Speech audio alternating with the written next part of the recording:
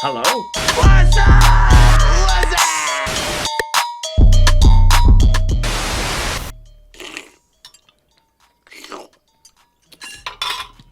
Hey, Carl, what's up? All right, people, we are back with Group Chat episode 13, new season. This is the Halloween edition. So for the listeners, we're all dressed up. I'm actually currently dressed up as Silk D, your producer and editor here at the Bomb Hole. So thank you so much. And today we got a great show for you. Sarge, a.k.a. Pat McCarthy, is coming in a little later. So is Nirvana. We got all kinds of topics. We're going to take a call from Todd Richards to talk about Morrow Snowboards relaunch. We're going to take a call from Mark Dangler over at CAPiTA. And we're also going to call our boy Curtis Ciszek. And we got some heater clips to talk about. We got all kinds of fun subjects. We're going to answer your questions, but let's just get into it. Let's go around the horn here. Sitting to my right, we have Reid Smith in studio. I like turtles. He's dressed up as the I Like Turtles kid. Fantastic. We have Silk D, a.k.a. How you doing? Joey B. How you doing? How you doing? Coming all the way from New York. We got Jay Stone, a.k.a. Nate Bozung. What up, B? Malaka. And we got Darth Meyer. Welcome to the dark side. This is insane. I can't wait to get into some serious conversation looking like some idiots. Should be pretty fun. First off, though, let's talk about your recent cover, Reid, Slush Magazine. How we feeling? Booyah! Yeah, Reid. Booyah! Kids riding high? Yeah, that was insane surprise. That was really cool. Meyer kind of faked me out. So that photo was supposed to be on the cover of the DVD box and with the goodie bags and beanies and all that. And then I went over to pick up a box and it was that photo. And I was like, oh, what happened to the other photo? And he was like, oh, it's just Method needs it for some middle of the mag bullshit. And I was like, Like, damn, that shit was dope. I was like, okay, all right. Well, we'll get them next time or something along those lines. And then went to the premiere. And then after the video played, they pulled it out and surprised me. Whew. Who shot that? Who shot it? That is shot by Theo. Theo Ackworth. Yep. He's the man that was in Oslo. That's actually a super nice restaurant that kind of overlooks the whole Oslo skyline and city. There's like a really cool, like kind of popular touristy outlook right up there. And that restaurant, I'm assuming, is probably hard to get away with because they're open 7 days a week, but they were doing some reconstruction for the month of January. So it's perfect timing, kind of wide open. And I think John Sutter, respect to John Sutter, he tried it and I think got hurt. So I waited for the Solomon crew to leave Oslo. I thought that was a respectful move. Maybe the most respectful would be like, just let it sit, but you can't let it sit. Once they leave, Big Dog's gotta once eat. they You leave, can't the let ship it is sit sailed. when it's a gold mine right there He's with looking the, at you funny. with the statues out there and everything. It was a really cool spot. Darth Meyer filmed that? I did not know. Actually, Jill and Parrish both filmed that. Yeah, We did 2 crews that day because we kind of had one big house. yeah. crews. Tommy had another spot set up and was trying to get a photo with... Who was he trying to get a photo with? Joseph Robbie. Yep, for some Solomon thing. Cool. Incredible. Now, let's talk about Search Party. When's the video come out online? We're probably gonna go second week of December. Okay. Ish. I thought it was right after the video premieres next weekend. No, because so we got hard copy here that we're trying to move, and through shops and eventually through Slush's website. Inside, I'll go ahead and market this thing a bit. Don't mind if I do. We have a beanie designed by Reid himself and Justin Phipps. And Justin Phipps. Kind of a Scully beanie. Yep. Yes, that's the It's a Greek corduroy beanie. That's the Greek mythology guy that has like cheated death a couple times and then Hades found him. So now he just has to push up a rock up a endless hill for the rest of eternity. Lazarus? Sisyphus. Sisyphus. Sisyphus. And I thought that was funny to use because trying to film full videos and explaining that to companies and getting money and all that stuff. And the great thing, It's an endless battle that you're never going to win, but sometimes you could pull it off and push the rock up a little further. But here's the happy eternal hill. accident is Reid designed this part, Phipps put in the V and G, and it turns out Phipps had the first part and Reid had the last part. Woo! Damn. Woo! Happy accidents, That's Anyways, incredible. also in here we got a zine, some stickers, some Sunbum, the movie itself on a little USB. We could talk about the cover of that thing too. That kind of has a funny story. Yeah, let's do it. So that spot, that C-rail is at a movie theater in northern Finland, and they only show 16 film there. So it's like a fire hazard, so they can't have that door blocked where the drop-in is, because it's like drop-in, jump on the rail. Had to build the lip like 2 stairs down. I apologize about the big lip, but only way to do it. Or I'll make that excuse. Whatever. Maybe not. So we built that one night and we talked to the guy and he was super cool, but he's like, you guys got to be done by 9 a.m. because that's when the first showing is. Build it at like 10 p.m., probably finish building it at midnight, get there at 7 a.m. the next day. It's completely shoveled. All the work we done is gone. I talked to the guy and he leaves a note, and that note is in the zine, and it's like he leaves a note in Finnish for the guys, and he's like, they're trying to film a snowboard video here, just leave it. They'll clean it all up, but they're going to rebuild everything tonight. So respect to that guy. I got his Instagram. I gotta thank him. Or we should show him the photo. Send or him a copy. Yeah, send him a copy or something. He was a super cool guy. That's dope. How about Phipps? Oh, that was shot by Bob Plum. How about Phipps at the Seattle premiere? Phipps got ushered in properly as a first parter. There was the whole K2 squad kind of put him through it, I think. So. Oh yeah, Yeah. I shared a room with him. Okay. So this is for the backstory. This is his first full video part, and he has opener in the video. And obviously, you're gonna get pretty banged up for your first video. Get back to the hotel room. He's in the hotel room already. Chat with him for like 15 minutes. I'm like, oh wow, he must have not drank. Like he's completely fine. 4 a.m. hits. He literally does not stop scream vomiting for probably 4.5 hours every 15 minutes. It got to the point where he just got sick of going to the bathroom that he just grabbed the trash can and was just puking on the bed next to me all night long. Yeah, I think he hitched a ride with Bridges and maybe on the way back to Portland.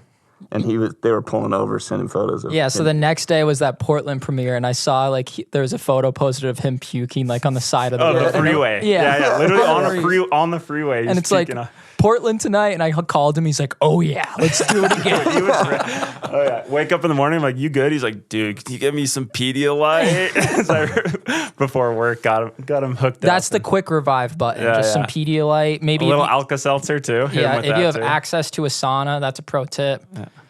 He's also still made of rubber at a fresh age. What is he, 22? Yeah. Oh yeah, you can get his part. hit. He can handle it. Bounce back. He's probably good by noon. So how many stops on the tour have you done? Reid, you've been out there. I just did the first one in California and then the one in New York last week. And then there's one next Saturday up at Skull Candy. We're doing party buses from Milo Sports to Skull Candy. Yeah, so you can get tanked and hitch a ride in the party bus. Yep. Fantastic. There'll be multiple laps of the party bus.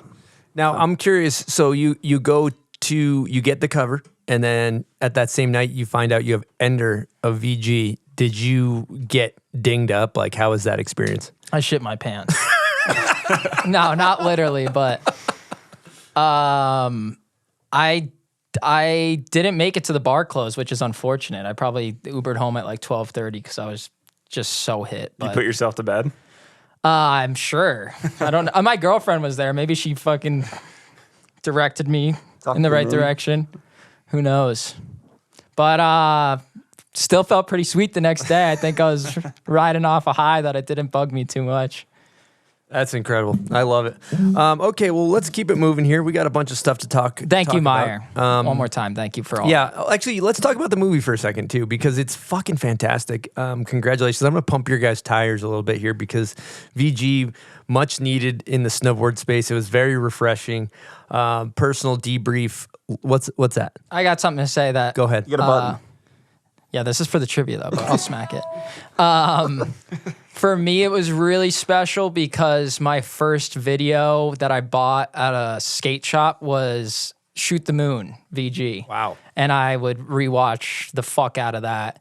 And then when Meyer called me in the fall, it was an absolute no-brainer. I was even picturing telling 12-year-old Reid that he's getting to film for VG. He'd be tripping. So thank you for that opportunity, Meyer. I appreciate it. Yeah, how do you feel about it, Meyer? Where are we at with the video? It was exciting to do another one. I didn't want to quite be done with it, so it was exciting to get it back together with some of the old crew and sniff out some of the young dudes like Reid. And Let's talk about the conceptualization. so I kind of, there's always been like this little like sort of space vibe with some of the VG movies, Shoot the Moon, Dark Side, Last Ones, whatever, so... Visitors, Mayday. Yeah. So Search Party is kind of like going and finding the new crew as well as like the old guys and like kind of bringing it all together. It's kind of a party, that sort of thing. So it's like, yeah. What about specifically the set that you built in your house? So I built a life-size cockpit that Spencer was kind enough How to be many the pilot. hours? How many hours to build that thing? Because this thing's tech. He ripped out. We're going to bring it to the Skull Candy headquarters, so it'll be there. You can play around with all the buttons and such. Yeah, he ripped out like a orchestra board, so you can press all the buttons and everything lights up in there. It's really impressive. So yeah, I just kind of like scoped around on KSL and the local classifieds and got a bunch of old electronics and some old like CRTs and just kind of made it look real. I don't know, probably worked on it for like a month. Then and then also designed and printed a small little UFO that I could use for like stop motion stuff. So it would cut back and forth. You'll see when you're watching the intro, it's like inside the cockpit to outside of the ship. So it's like the same ship. Yeah. Incredible. It would be fun. We should do a watch party when it comes out and like all sit on the couch and then have the video play in the background and you could say all this shit and you guys can drink beers and That'd be fun. be super fun. Yeah. Because there's always a story Let's do it. behind like every spot. It would be a good time. I love it. Meyer, we have a question here. This is from Andrew Aldridge. He said, Meyer, recently heard you say worst trend is 50-50s, and I agree, but can you expand on this? I'm a fan of the 50-50 on a right spot when it's like the tasteful trick for the spot. But when it's like you kind of beat it to death and you kind of hang on to it as your only trick and you kind of have it too much, I think there's a lot of that going on. And I might refer to it kind of similar trend as how turning was probably 5 or 6 years ago, where if you didn't have a big bag of tricks, you could pretend that you just were into turning. and that was enough. So now you can be like, I just wanted to do a tasteful 50-50, but oars because you didn't have a bag of tricks to put some up. Yeah, I feel like though when I was growing up, it was all about like tricking up down bars and gap to downs and stuff like that. And then as I got, probably when I was like 18 or so, it was all about finding the dopest spot. And now it's kind of a mix of the two. Mm-hmm. You want the blend. It could be more of a mix. Yeah. But at the same time, you find a new spot and it's kind of nice to not just shut it down right away with something crazy and just give it some filler. Give it a nice then you can board give it a slide. tasteful 50-50 or something. There have been some cop-out 50-50s in some videos in the past few years. That's my argument. There's some spots that you're like, I know you're so good. You could have done way more, and you did a 50-50. Come on. Like, And I miss tech shit. Like I want to see some nose presses. You know what I want gotta to see say? some 270s. When I want to watched, see. Reid did a great job of this in your movie, but you know who I really did a lot of fucking tricks was Mike Rav. Mike Rav's part I fucking love because he's doing switch front blunt 4/5 commish. I gotta talk about Mike on the road. It's so fucking boss. Yeah, let's hear it. All right, so first trip, we go to Stockholm in December. Meyer's a maniac, and he spends, all of us spend a stupid amount of time on Google Earth, and we get there, and Meyer has this like shared folder of like 100 pins. Rav, it's sent to all of us. Rav never opens the Google files, like the folder, and so I'm like looking through it, trying to find him. So I'm like, "Hey, you into this?" He's like, "Yeah." We're a scope day. He's reading the Tao of Wu-Tang in the van, not looking out the window at all. I have photos of it. I was like, this dude's fucking unreal. And then at the end of he's like just so good at living in the moment. And then at the end of the year, or at the end of the day, it doesn't even matter. He's got such incredible stuff. It's just, he's on his own wavelength.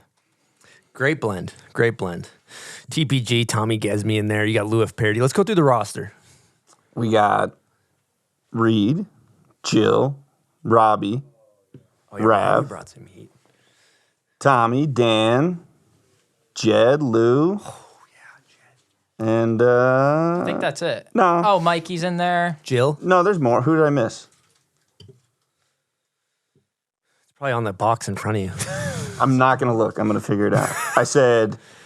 Did you say Phipps? Oh, Phipps? we talked. Yeah, Phipps. Yeah, Phipps would be... And then there's some cameos, some good cameos in there. Mikey's cameo is insane. Oh, let's talk... There's some Lane Treater footage sneaked in there. That was a treat to see. Yeah. J-Mo. J-Mo's in the mix. Ben Bilodeau. Spenny's got a clip in there. Spenny's in there. Ito. Little bad boy Noah. Parker Zoom's got a cameo in there. It's heat. All right, let's keep things moving here. I'm going to kick it off. Let's get into a fun segment. Let's just get right into the dipshittery here. 2 more cameos, Savannah and Ciszek. Oh, yeah. Might be. It's stacked. The video's not out yet, so they can't watch it. So we can't just talk about something they can't see for a million years.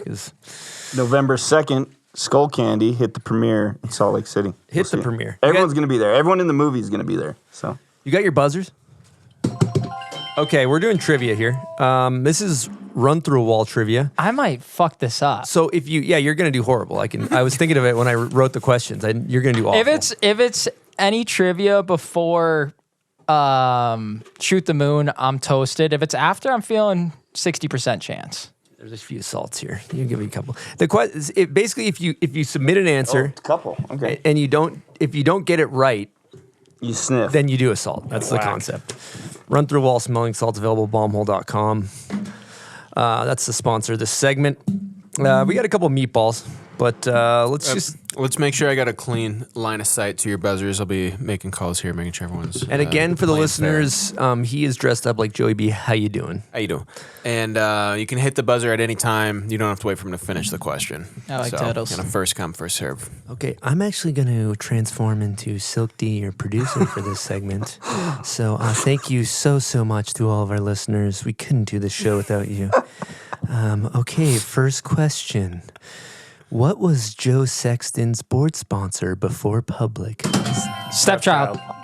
Who buzzed first? You gotta respect the buzz. Honestly, I don't know. It's a buzz. I think I'm going Bozung, but I just gotta hit it harder, I think. Looks, I'll take that one. Go ahead, give it to him. So now there'll be I'm an instant sniffing. replay on the screen. you guys We'll see what sniffing. happened, but Oh, I forgot about these things. Oh, it gets through the mask, actually. Well, technically, you didn't get the question wrong. You just didn't buzz in time, so you don't have to do one. So if you answer wrong, but I appreciate it. Next question from Silk D, the producer. What snowboarder once got blacked out drunk, slept walk in the middle of the night, and took a shit on a cast iron heater? I don't have no clue. I don't know that one. It sounds great, though. He's also from Quebec. LMP. Frank April.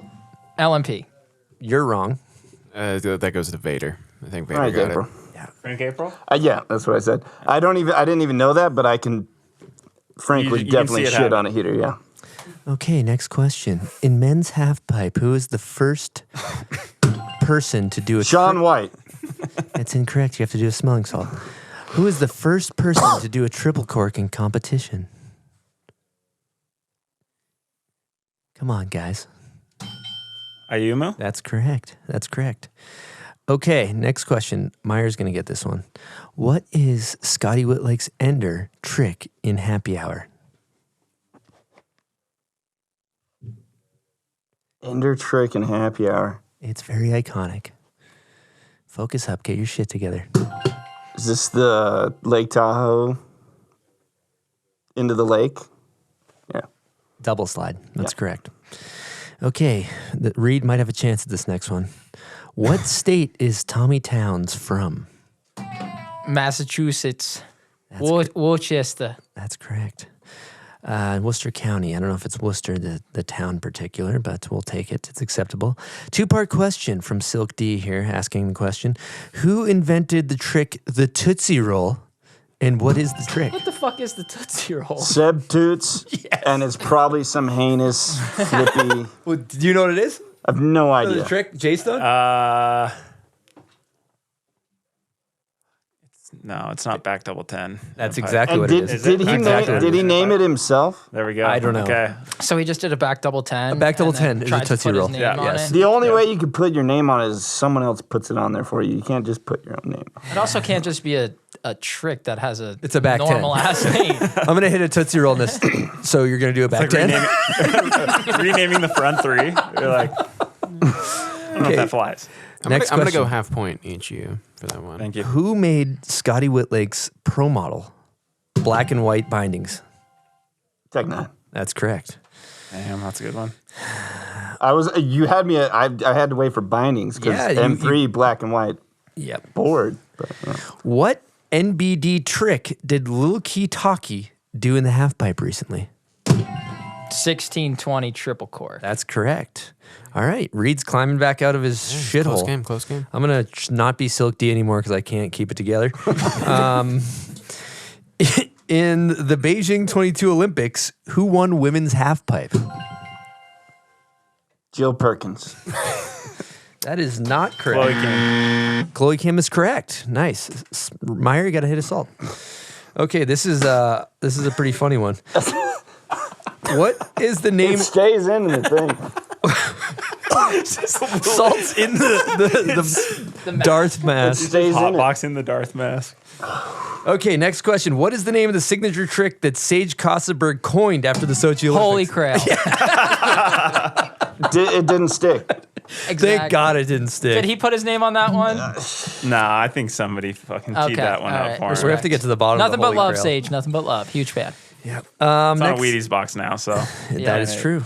All right, last question. It's debatable, but who invented the backside rodeo?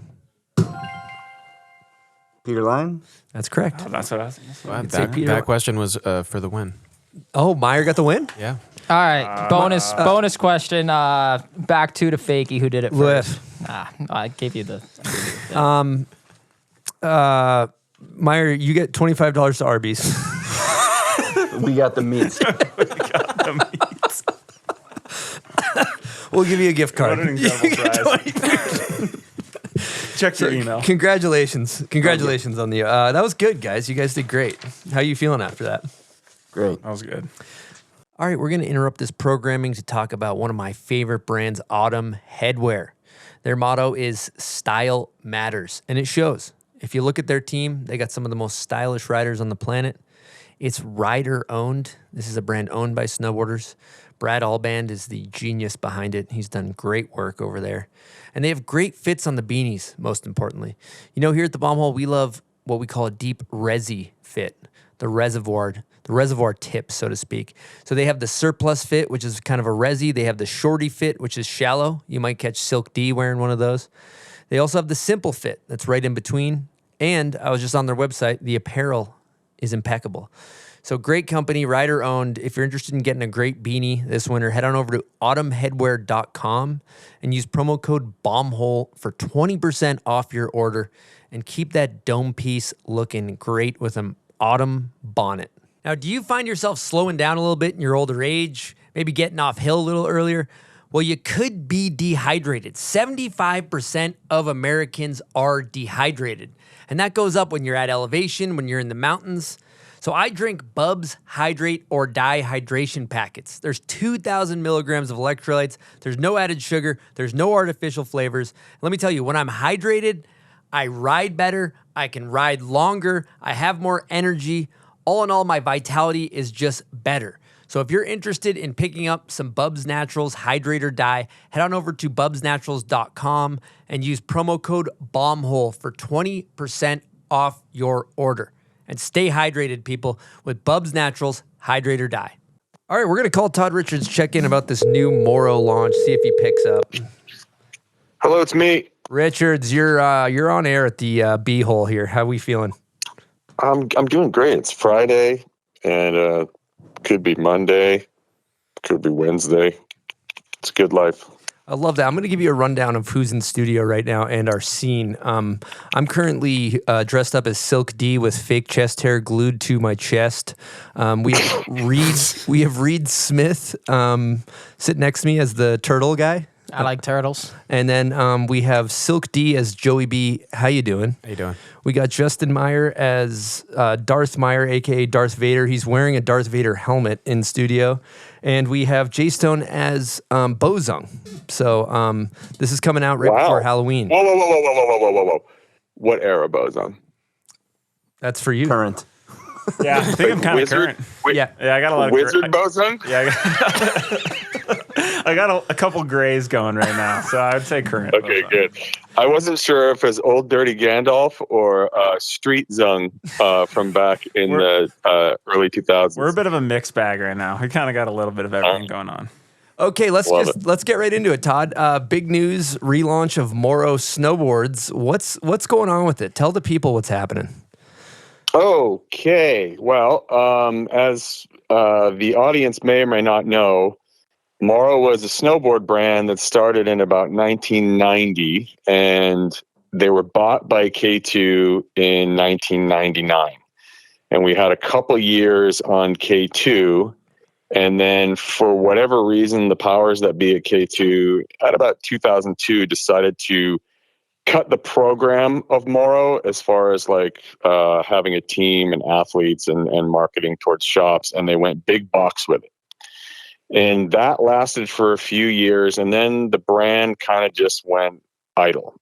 And I had been kind of talking to some people at K2 and Elevate for a little bit about wanting to do a reissue board, but I didn't want to do it unless it was on Morrow. And since nothing had been done with the brand, I was like, why don't we just do it? Why don't we just do it on Morrow? But it wasn't as easy as just being like, okay, let's do this. So it took a little bit of pushing a rock up a hill after COVID, and after having some talks with some people there, it eventually came to fruition this year, and we have my reissued first pro model that I ever got on Morrow. So that was 1994. So this is 2024. So it's the 30-year anniversary of that board. And Congrats, brother. And for all intent and purpose, Morrow is back. Do we get the Toddzilla? That was like 1998. I don't know if we're going to get the Toddzilla. See, this is another thing too. And it's cool that Jay Stone's there because, he and I have been kind of working on this project a little bit. Him on the internals and myself on just what do we want to do with this thing, right? Because like nobody wants to have a brand. I certainly don't want to have just like some reissue brand. Like I'm not interested in reissuing a whole bunch of my old pro models. Like it's not. I don't care about that. Maybe like two graphics that I really liked, and then it's time to do something different. And Morrow was always cutting edge technology. I mean, for better, for worse, they were all known as the foam core board back in the 90s. And I don't know.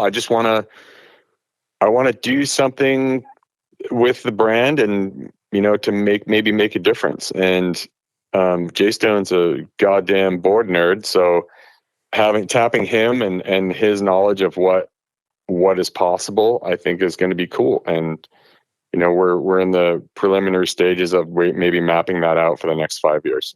So it's a good time. J-Stone, maybe tell us about the X's and O's of these boards. I want to hear about it. Yeah. So,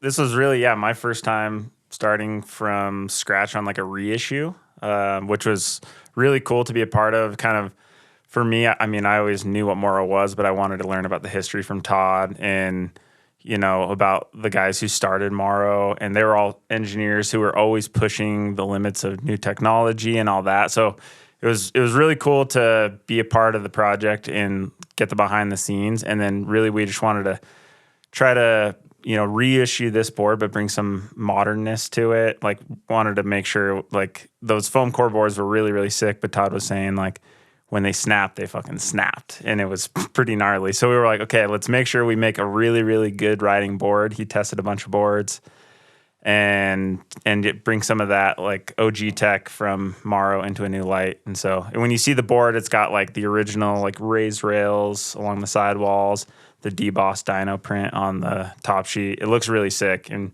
yeah, I'm super hyped on how it turned out. So it's just like it's an ode to the OG one, but it rides super, super well. It doesn't ride like a old 90s board. Todd?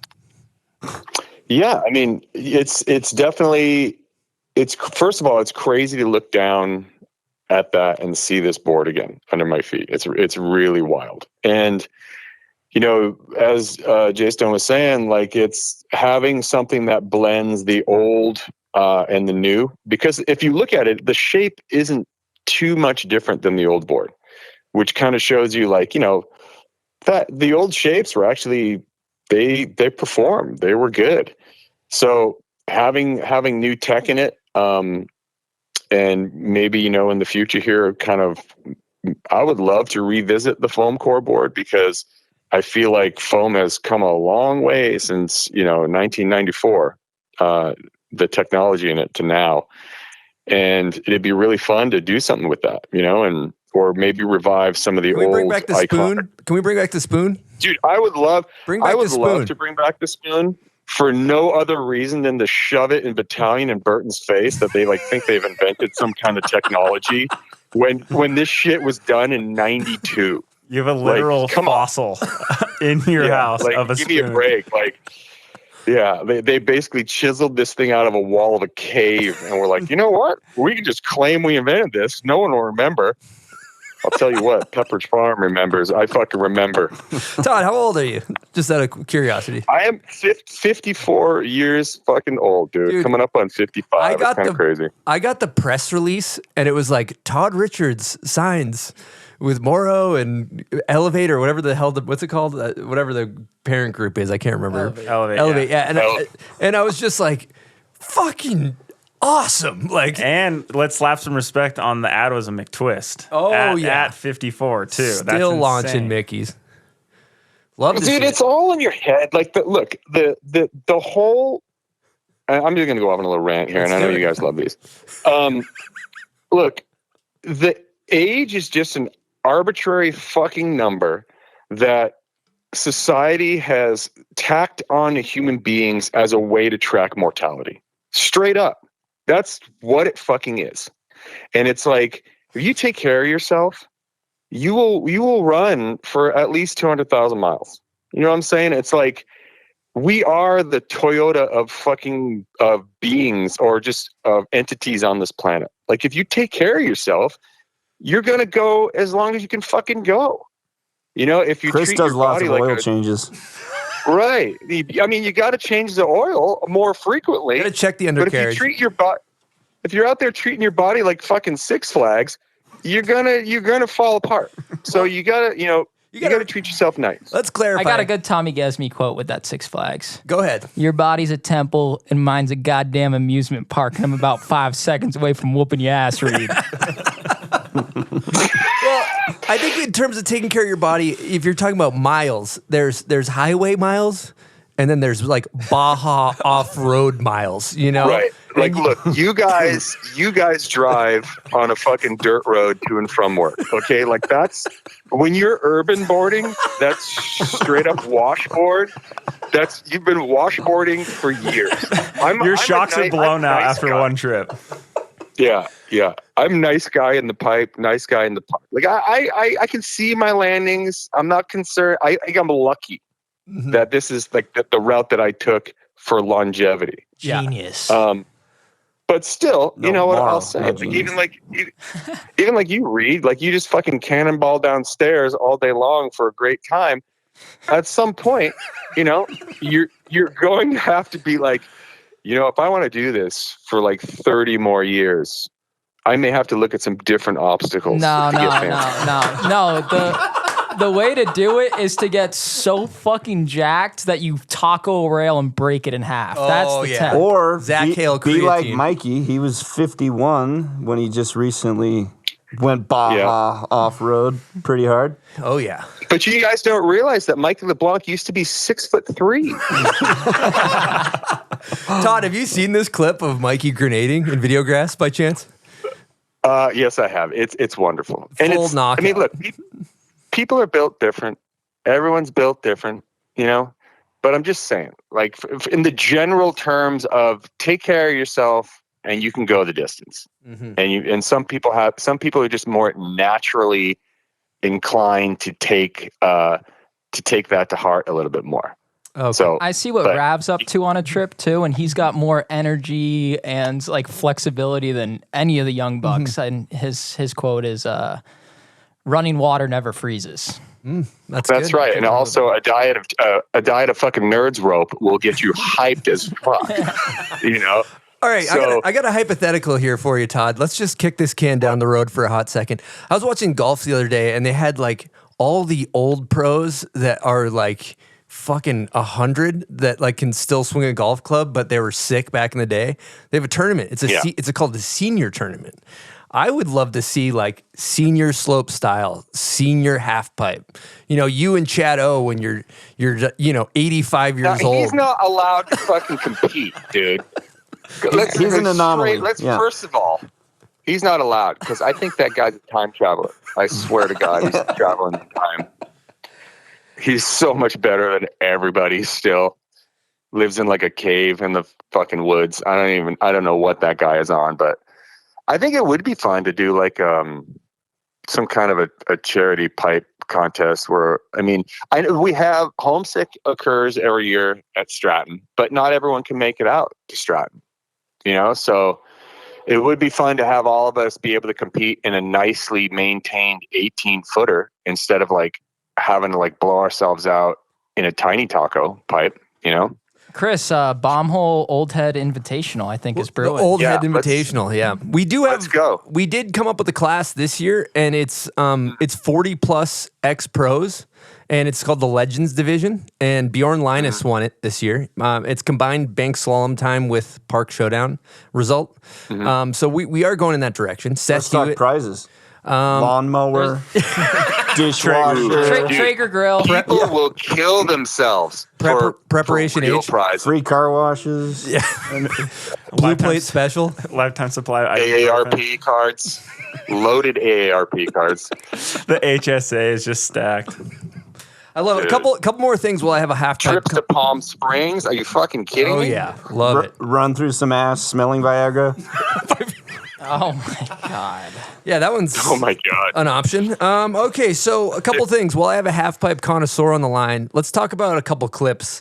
One that recently came out that I was a huge fan of, that double McTwist Japan to Fakie, the 1080 one, where he chicken wings it that thing. from our boy That thing is insane. Ryusi.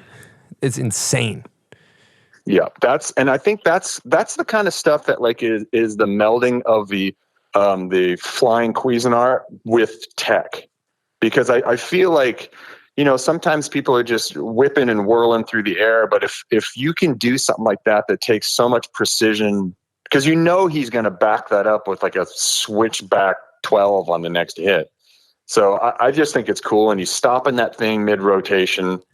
And it's just so clean. It's just, I don't know, that those kind of tricks I feel like are kind of rare these days, but I love it. I love the way that he's kind of blending the super tech with, the double cork stuff. And it makes sense to me. It makes it really fun, because then you're looking at what the line's going to be afterwards. And it's not just like a Hail Mary at the end of your run. I feel like that's also something that my parents could watch and like see a difference and be like, oh, that's actually really cool, instead of just the same run over and over and over again. Yeah, your parents are down with double cork back tens? Yeah, they're with it. So a couple cool. bench racing things, thinking about men's super pipe right now is really, really fun, because you have Scotty James, who's doing like switch Mickey reverts. You got Valentino Gaselli, who's like beaten in a cage and pumps his chest and then does a 40-foot switch method. And then you got, Lil Key Taki just did a front 16 triple cork, and he has back-to-back triple corks. Like this Ayumu's in there, Kaishu. It's straight gladiators that are doing cool shit in half pipe right now, and I'm pretty excited about it. Yeah, I mean, don't think that Ayumu isn't like fucking hold my sake. That homeboy is going to come out and do something absolutely bananas, because I think he's so quiet, but he's also like hyper competitive. And he sees what's going down. That frontside 1620, I mean, do you guys feel like that looked easier than the frontside triple 14? I feel like it looked like it comes around more naturally than trying to come in fakey on that thing. He dumped it like a crippler at the very end, where it came in real easy. It looks real easy. Like, it looks like, I mean, he landed about 6 inches from the lip too, so he can get a solid pump out of that trick. It's going to be wild. This next Olympics is going to be, like you said, a straight gladiator aerial fest, but I need to see some Team USA stuff. Like, I feel like we haven't seen anyone really chucking. Lucas Foster's got that wild ass double McTwist alley-oop style, which is just like it is the scariest looking trick ever, which is really cool to watch. But we haven't really seen too much from some of the young kids. I mean, and I feel like we need to. Japan, Korea, China, or then you have Australia, they're podium bound. I don't know that we have anybody that's sitting on there right now. But there's some young kids. I feel like there's that one young kid. What's his name? He kind of sounds Italian, but he's not Italian. I have no idea. But there are a couple of young kids on the U.S. squad that I feel like, to get Eye of the Tiger, it can happen in half a season. Like, you can all of a sudden get the fire, unlock one trick, and then everything becomes easy. And I feel like there's a couple of younger kids on the U.S. squad that are right at the edge of the cliff in that happening. So you got to peak at the right time. It just so happens that literally every time the spotlight's on Sosfei, it's like, oh, there's another Japanese kid doing something that no one will ever be able to do. And, we never really think the bar can be raised again. Like, I thought, like, the triple cork, okay, we're done here. Like, what are we going to do now? And now the 1620 looks easier than the triple 14. Like, I don't even like saying triple 4. Like, what the hell is happening in Halfpipe? It's so wild. It's mental, Todd. Well, we're going to keep the show moving, but great bench racing. Thanks for filling us in on Morrow. Again, we're going to push for bring back the spoon as well. Yep, and the lunch tray. The lunch tray, I feel like, has got an iconic name as well. There's all kinds of stuff. Model T that could possibly be tapped. Yeah, we need to get Rob Morrow back in the mix. Is what I want. Some crazy mad scientist shit in the mix. Incredible. Well, thanks for the time, Todd. Have a good weekend. Hopefully you get. See you guys later. Happy Halloween. Later, catch Todd. some waves. See ya. Peace out. God, true professional, that guy. True professional. All right, big news coming at you from the bomb hole. CAPiTA has launched their whole new collection. All of new boards are available now, so check them out. Now, of course, you got staples like the DOA. Everyone loves that thing. Everyone loves the Black Snowboard of Death. Coquard's been putting a beat down on jumps with that thing for years. And then if you're a female, the Birds of a Feather is beloved. That board is awesome. I'm also hearing the newcomers to CAPiTA are loving the Aeronaut, the Megadeth, and the Spring Break Resort Twin. You might see Joey Fava crab walking down the hill on that thing, putting a beat down on the steel. He makes that thing look awesome. And for me personally, I love the Navigator. When it comes to riding powder, riding the resort, I ride the 161 or the 164. It's huge, but it's soft. That's what I love about it. It's a big board, but you can still have fun on it. You can still maneuver it around. So the CAPiTA Navigator would be my recommendation for powder. And then for park, I love the Indoor Survival. Can't go wrong. Great board for presses, great board for park jumps. It's fantastic. And the one thing about CAPiTA I think is really special is that their factory is handmade in Austria with 100% clean energy. All the boards are handmade, 100% clean energy. Can't go wrong. They're world-class production over there. They make great snowboards. So check out their new website, CAPiTASnowboards.com, or your local snowboard shop, and see if you see anything you like. I don't think you'll be disappointed. All right, we're going to take a quick break and talk to you guys about Mint Tours. Now, if you don't know what Mint Tours is, they're a snowboard travel company, and they're operating out of Japan, North America, Canada, and Europe. That's basically the entire world. And with their long-standing relationships with local businesses and pros such as Kevin Backstrom, Ingmar Backman, Chad Otterstrom, and Hannah Beeman, you're going to get access to special, top-secret spots and incredible terrain. With their deep local connections, dedicated and knowledgeable team, and a relentless drive to delivering anywhere but ordinary experiences, Mint Tours is the perfect option to help you curate your dream trip.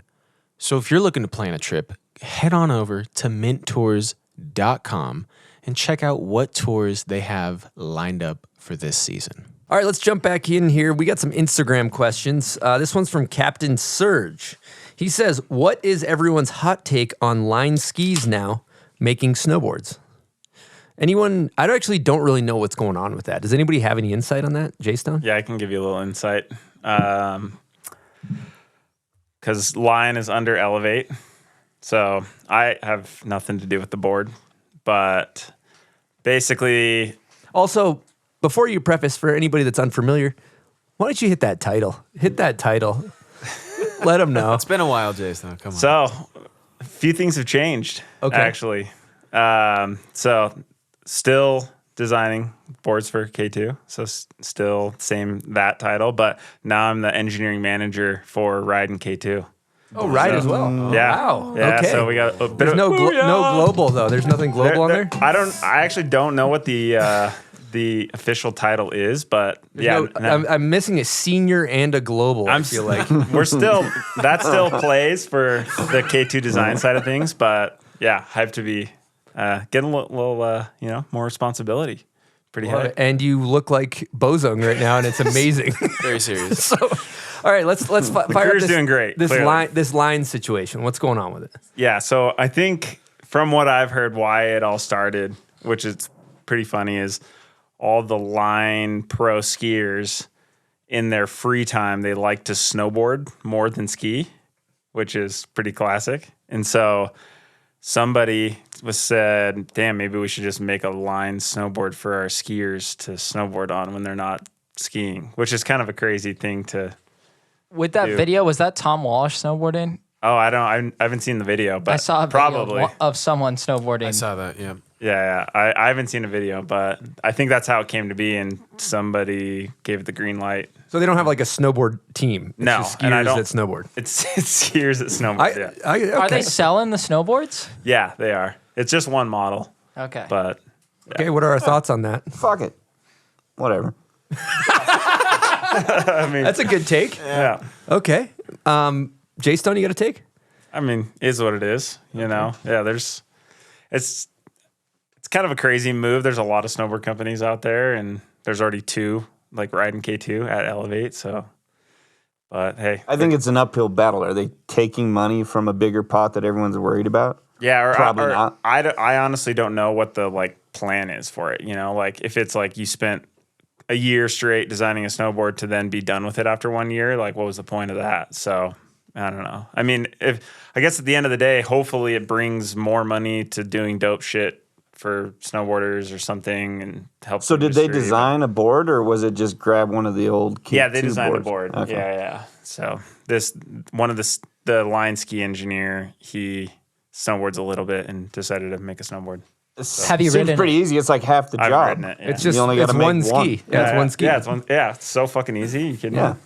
Okay, that's a good segue too, because there's been a lot of hearsay from the inner rumblings, I should say, of the industry that Armada, who is also a ski company, is allegedly going to make snowboards. I've heard through the grapevine, potentially. What are our thoughts on that? Does anybody have any takes? Is it cool? Do people hate it? Reid, you look like you're ready to tee off. No comment, but I fuck with the people that are gonna start working there. Okay. Yeah. Yeah, So I it's think happening. that's it. It's like any brand. It depends who you put in. It's who's there. Like people would hate on Nike, but it was who they tapped, or Adidas, but who was running the program is what the brand was.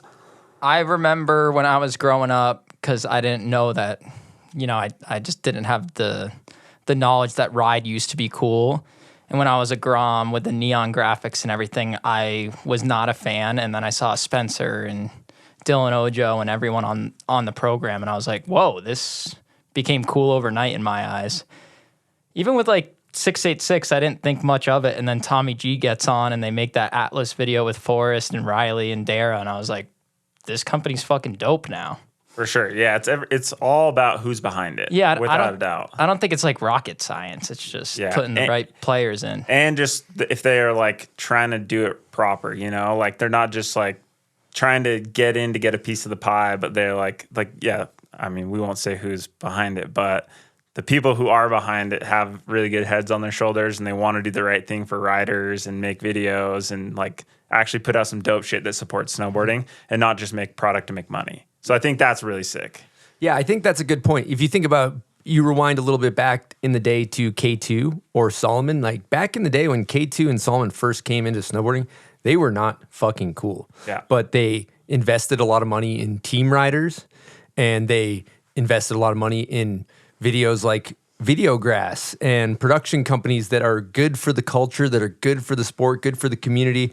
And I think at the end of the day, I personally think that rider-owned brands are at the top of the totem pole, and in the fact that the money ends up in, the owner of the company is a snowboarder. I think that's the perfect world we live in. But if a company is essentially investing in snowboarding and paying people to live their dream to slide a fucking piece of wood down a goddamn hill, God bless them. For sure. And I don't think, without a doubt, and I don't think a lot of people realize that like, like Solomon, K2, like, yeah, we are big brands, but we put a lot into riders, like a ton of money to riders and to core snowboarding and just getting snowboarding more accessible for a lot of people and doing and supporting magazines and all that.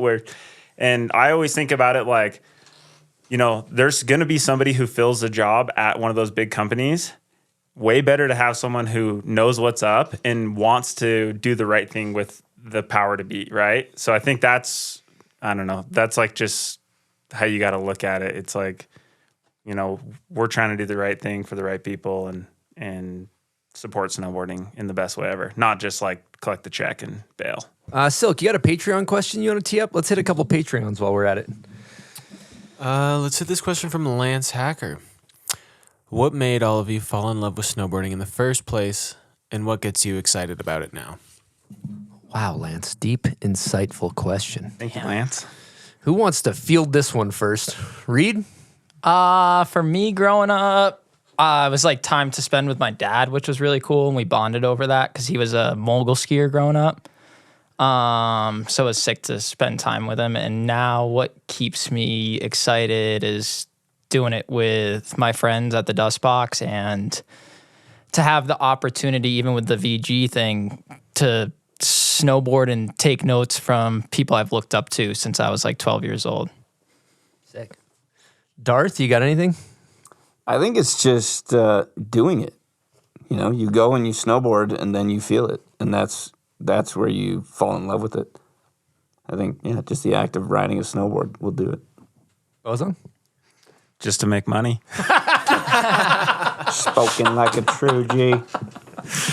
No, I got into it from my older brothers. Both started snowboarding, and I just wanted to do everything they wanted to do, and got into skating that same way, and that was what really turned me on to snowboarding. And I thought it was just so sick to be out in the mountains with my brothers, ripping around Brighton. And then, still to this day, it's pretty much the same reason, like going out with my homies and ripping Brighton or whatever. Just, I don't know. And riding a bunch of new boards is always really fun. And then to be on a trip with your homies halfway across the world and you're just dicking around doing the same thing you would be doing at your home resort is so cool.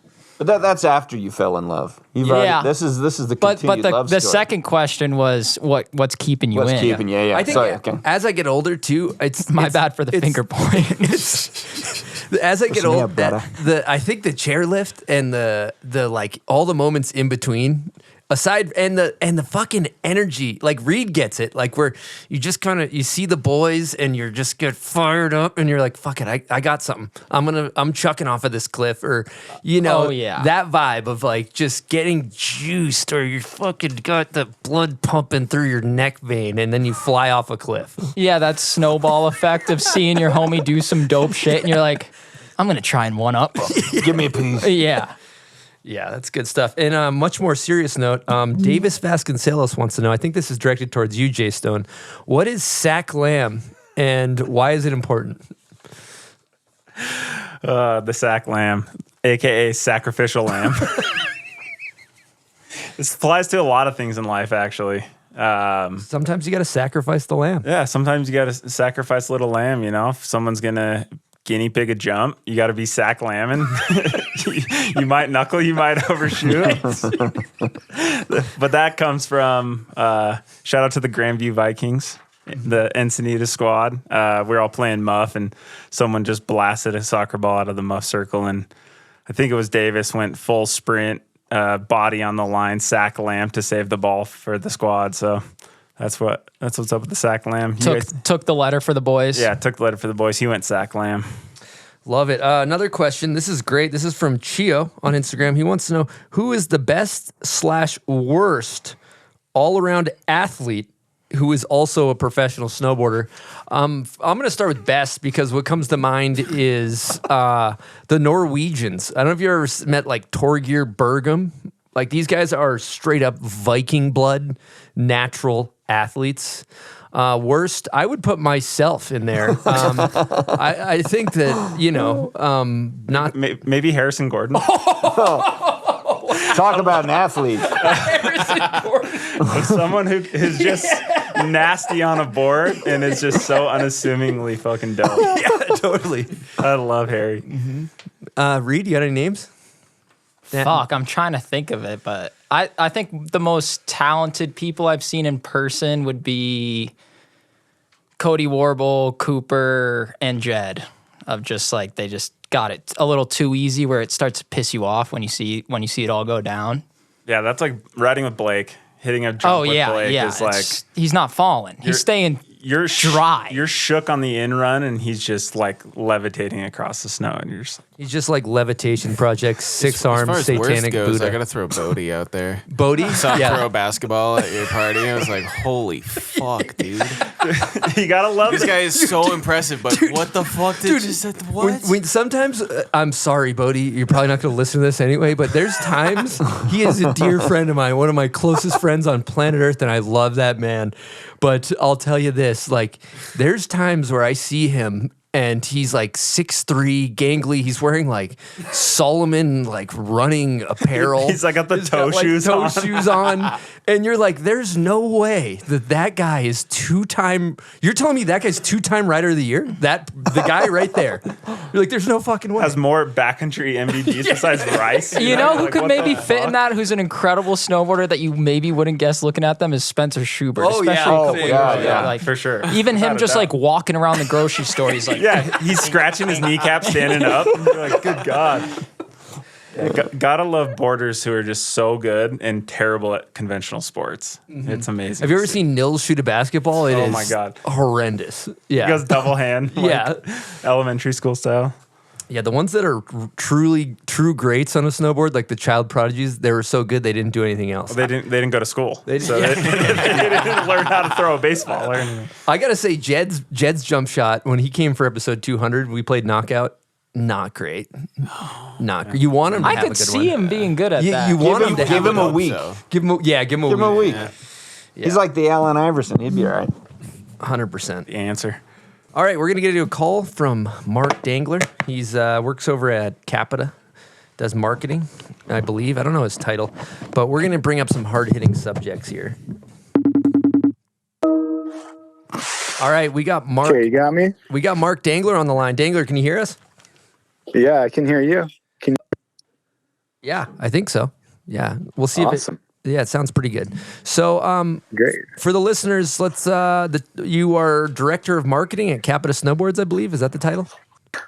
I love that. Sounds like you just gave me a promotion, so thank you.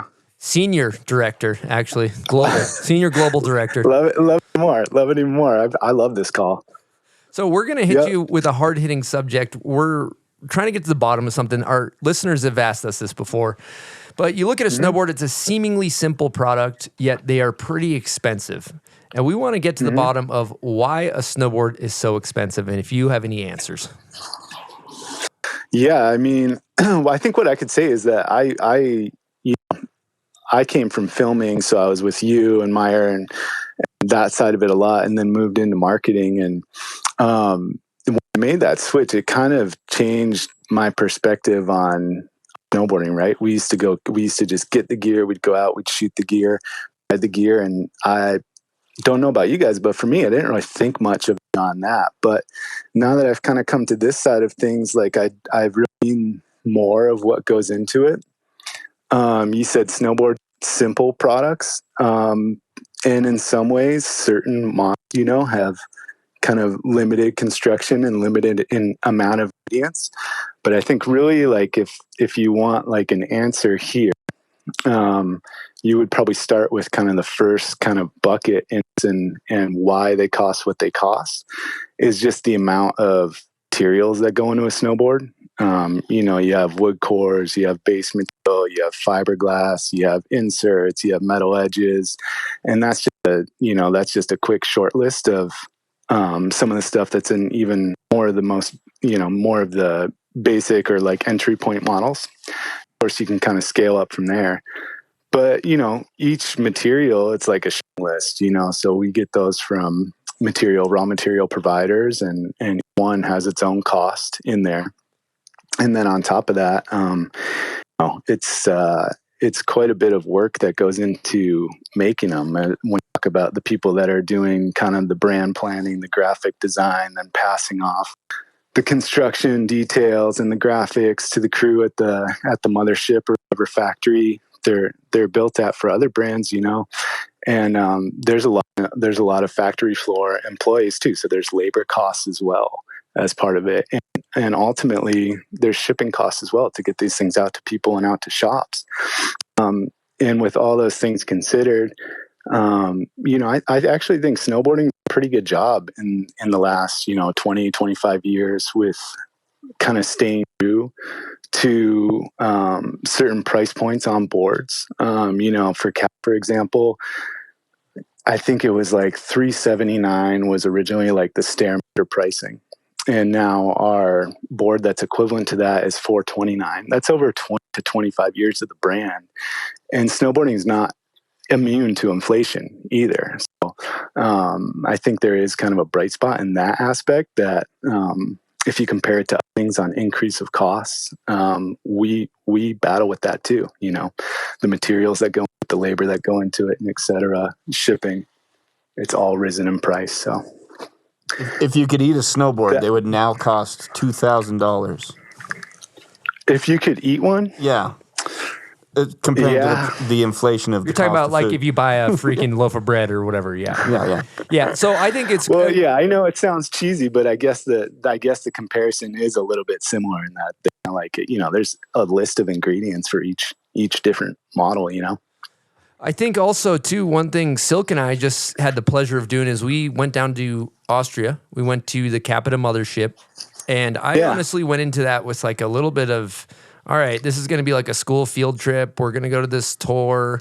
We're going to see this factory. It's going to be kind of boring. And And I was actually, as a person who's ridden snowboards my whole life, got an entirely new appreciation of what goes into making a snowboard, and every step of the way, the entire process, each one of the machines to like print the graphic is like a freaking million euros or whatever. And all of the machinery is like millions and millions of dollars to, put everything together. And then all of the hands that touch the board, it goes from one guy to another guy to another guy to another guy to another guy. And everything is quality controlled. And so, it really does make sense when you go to a snowboard factory and you see how intense the process is, from milling the wood core all the way along the entire assembly line for the board. Silk, what do you think? You were there. Yeah, I mean, the whole process did is you guys insanely detailed. It's ridiculous. You would never know. As a casual snowboarder myself, you would have no fucking idea. So watch the tour video when it comes out. Yeah, I mean, was that kind of like the biggest takeaway or surprise for you guys? Just kind of,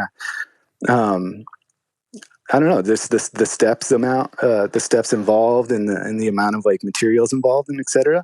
Yeah. The just sheer, like, this is actually what went through my head, full transparency, when I went there. Like, this happens to be sometimes. I look at a skyscraper and I'm like, God damn, it's incredible what people can build when they like come together. Like, we were able to build a goddamn skyscraper. Like, how, think some guy thought of that and like made a plan, and then a bunch of people built the thing. And I'm just like, I'm in awe of that. And I had that same feeling when I went to a snowboard factory. I'm like, the amount of things that had to come together correctly in order for this factory to have this building, and then in this building have all of these $1 million of machines that are all powered by extremely smart engineers that are ridiculously brilliant. It made me go from an entitled snowboarder that have got these snowboards in the mail my whole life and then like ridden them downstairs and like, I'll get a fucking new one, like, to being like, wow, this is a beautiful piece of art.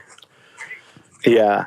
I think to some degree too, Chris, there's a little bit of a kind of, I don't know, a takeaway from that to also a change in cost in snowboards, like over the years too. Cause the other thing that's kind of part of it, I think, is, just the evolution of like snowboarding now that it's older, so many years ago. And it's very like kind of, basic like product. People are trying to figure out how to make snowboards. And then, for example, like in the beginning of CAPiTA, you go back 25 years ago, it's super like freestyle oriented, for, like a really like kind of young freestyle customer. But, I don't know, Meyer, you got kids, I got kids now. Chris, you got a new one. Congrats. And it's like, people are getting older and they still love snowboarding. And there's kind of like an expectation for, an evolution of products and better products and higher performing products, lighter weight products. And that's not all snowboarding is. There's so many different aspects of realms of snowboarding, but that's just to say that there's been like an evolution of, different types of snowboards, an expansion of different types of snowboards that didn't exist 20 to 25 years ago. And along with that, kind of like an opening of different, pricing. So a wider range of it. Well, I think, that would so maybe here's a theory. Riders, professional snowboarders who film video parts, maybe not quite contest people, they're probably pretty taken care of. But the video part snowboarder salary has come down, travel budget has come down, all this. Maybe that's all in the name of keeping the snowboard relatively affordable. Let's juice up those prices. What kidding. I'm saying is $3,000 it's all the same. It's all the same pot, right? So if they're paying the snowboarders more, then maybe that snowboard's more expensive, and then maybe they sell less of them, and maybe there's less money to pay said snowboarder. These are pretty technical. Maybe you're jumping on a grenade to keep that cost down. So you're an advocate of a $3,000 snowboard then? No, not at all. But Okay. but I am an advocate of a travel budget. But Yeah, and I I think to that, because like early 2000s snowboarding was booming.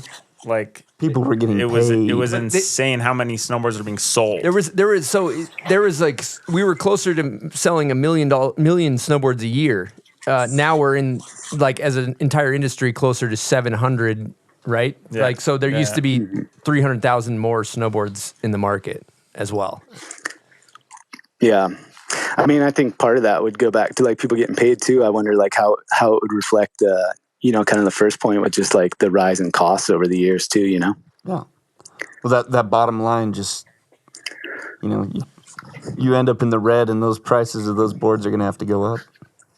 But the fact that they haven't gone up, like you're saying, in 25 years, that's not that much of an increase in the price of a board. Jason, maybe that's a side effect. What are you going to ask, Dangler? Sorry, Meyer. I didn't mean to cut you off. I'm on FaceTime audio here, so it's all. I can tell you're popping in and out. Like I'm just kidding. Yeah. No, I was going to ask Jason just his perspective on it. He's on the product side too, so. Yeah, just as far as I was before the episode, I was going through some stuff to get some numbers on, like, for example, the Alchemist, which is our highest selling snowboard. It has 64 individual parts that go into one snowboard, which is pretty insane, if you think about that. And one thing I don't think people really realize is every single snowboard is put together by hand. Like there's no automation. There's not a robot that can just put your snowboard together, put all the glue in the right spots, and just put it into a little oven and it goes. Every single part is laid in by hand by skilled workers. And there's probably 40 to 50 steps in the process of preparing each part to get to the point of where you then put it together. And then, like Chris said, like all the machinery is insanely expensive. If you want to have a stone ground base on your snowboard, those machines cost $2 million. And so part of that, paying for those huge machines, has to reflect back into the product. So if we add a stone ground base, we have to raise the price a little bit. So it's, we obviously want to give the best price to the customer, but still you have to make money at the end of the day. But it's crazy how much of it is done by hand and is not automated. So that's, it's crazy. Another sidebar too was visiting this factory is that in Austria, where these snowboards are built, is in the same area where a lot of skis have been built over the years for like generations. So a lot of the people that are building these boards, that's kind of like their trade of their generation, of their like generationally, their family trade is building skis or building snowboards. And they view it not as like a factory worker, but as like that's their trade. Skilled professional. They're skilled profession. And they are, look, I built the board and it took me, I was a disaster. They could have built 15 snowboards in the time it took me to build one. Dude, you're working your way up the apprenticeship. Absolutely. Yeah. Did you take... Oh, and one thing I just want to add, just with, like brands that have been around a long time, CAPiTA's, like all these companies that have been around for 25 plus years. Like when you're buying one of their products, you're buying the investment in the knowledge that they've figured out, right? They've taken so many years to know how to make a good quality product. It's like if you have an electrician who's been doing it for 30 years come to your house and it takes them 15 minutes to fix your light, you didn't see the 10,000 hours that they put in to learn how to do it super proper and efficient. And so I think that's something that people lose sight of. That's a brilliant point. Yeah, that's a great point. And I think there's kind of like the knowledge and experience, and then there's also the kind of the production capabilities. Like Jason, you were talking about some of that machinery and things, and we're always trying to find ways that we can do things better and make better quality and more efficient and things like that. So it's like people are getting a better product, but that means for example, like the mothership when it opened 2015, it's not just the same like process and same machinery and all these things that like just sit there stagnant and it's just push the button and do it again. There's an investment, there's the knowledge side of it. There's also the investment in like improving maintenance, your repairing, maintenance. A lot of work. Yeah, and the sheer cost of, I swear every machine that we looked at was like $3 million. That's a $3 million machine. That's a $2 million machine. That's a $5 million. You're like, holy shit. And how long does one of those machines last? Right? Yeah. Well, or if you just want to expand technology and make better quality products, like you have to keep continually invest in your factory And if you're not doing that, then your product is going to fall behind. And as well, like consumables like sanding belts, like the stones for stone grinding, all of those things cost so much money because if you buy the shitty quality version, you're going to get a bad base finish. So you have to buy the expensive stuff, and so it's all built into the product. And like at the end of the day, yeah, we have to make money as a company, but we want to make the best quality product, and that's why they got to be expensive, you know? Yeah. And at the end of the day, I'm a believer in snowboarding because, I mean, guys, I don't mountain bike, you know? I got some friends that mountain bike, but Those things are some of this other stuff, some of this other shit you can do outside to have fun, you know? I mean, we're not talking about $700 or $500. We're talking about $7,000. And, you know, I mean, I'm pretty sure people break those mountain bikes all the time. I see everyone crashing them. So Yeah, I left the garage open at the dust box once and got Garrett's $2,000 mountain bike stolen. That wasn't good. But then a year later, we were on a rafting trip and he jumped in the water with my $1,000 phone. So we called it even Stevens after that. that's nice. Yeah. It all comes That's nice back of him to around. reciprocate. Yeah, he had to do it. It needed to be done.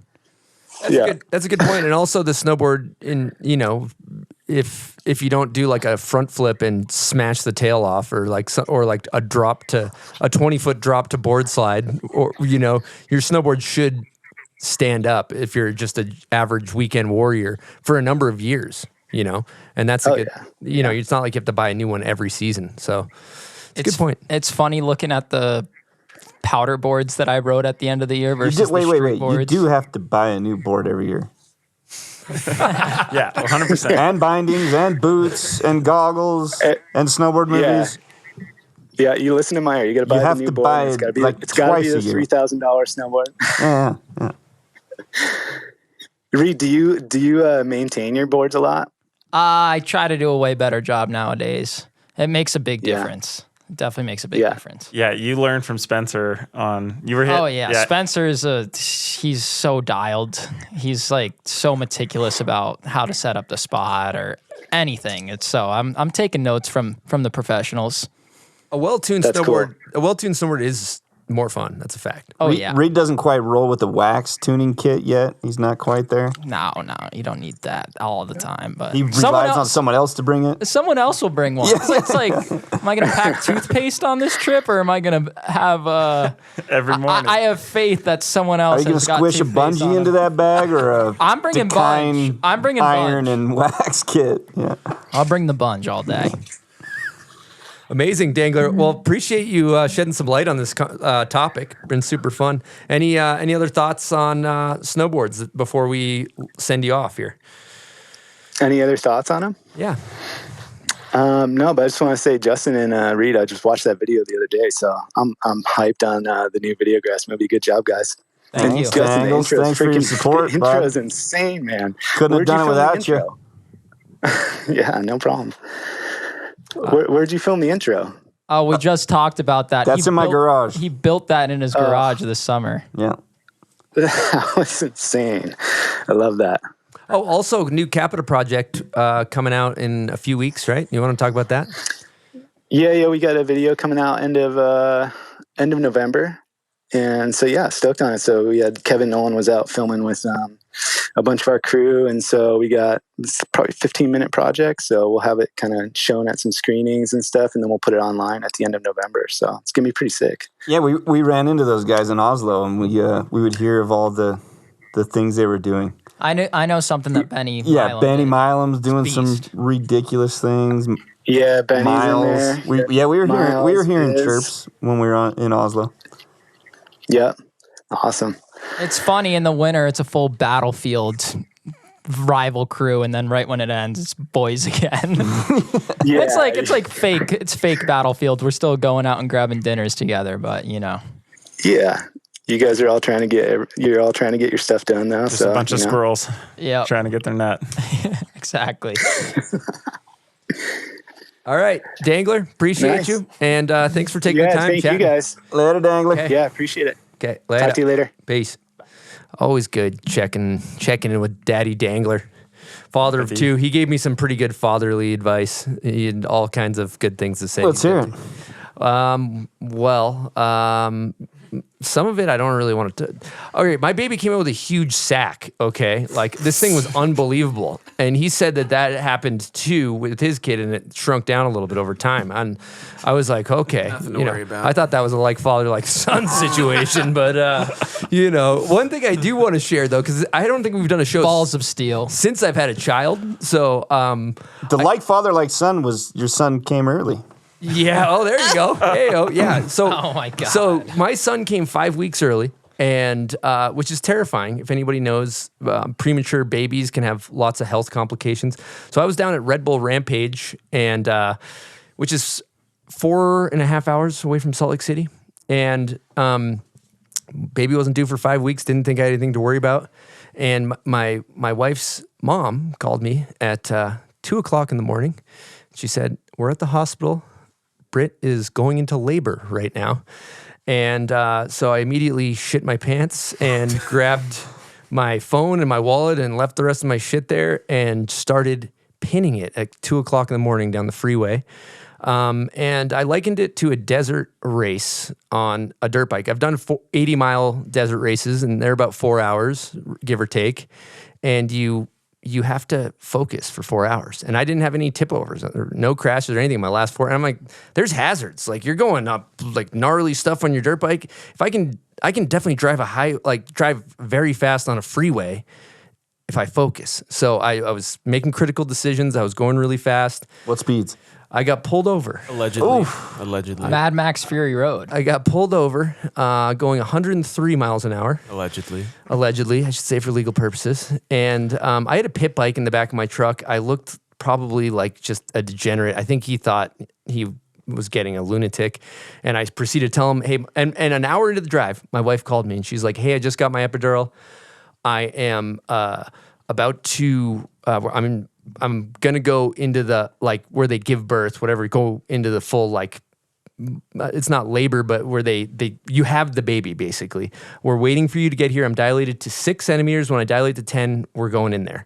So I'm like, holy shit, I'm still 3 hours away, and my wife's about to give birth. So, like, I want to be there for my son's childbirth. So I'm hauling ass, get pulled over going 103. Cops like, what the hell are you doing? What's wrong with you? You're driving recklessly. And I was like, sir, my wife, this is going to sound crazy. My wife's in labor. The baby came 5 weeks early. I wasn't expecting it. That's why I'm not there. And then I told him, I'm like, I honestly thought if I got pulled over, I'd get a police escort. And he's like, that's the dumbest thing I've ever heard. Your wife's fine. She's getting taken care of. She's totally good. And so, and then I was like, I'm sorry for my naivety. It actually sounds stupid when I said it, heard it come out of my mouth, actually.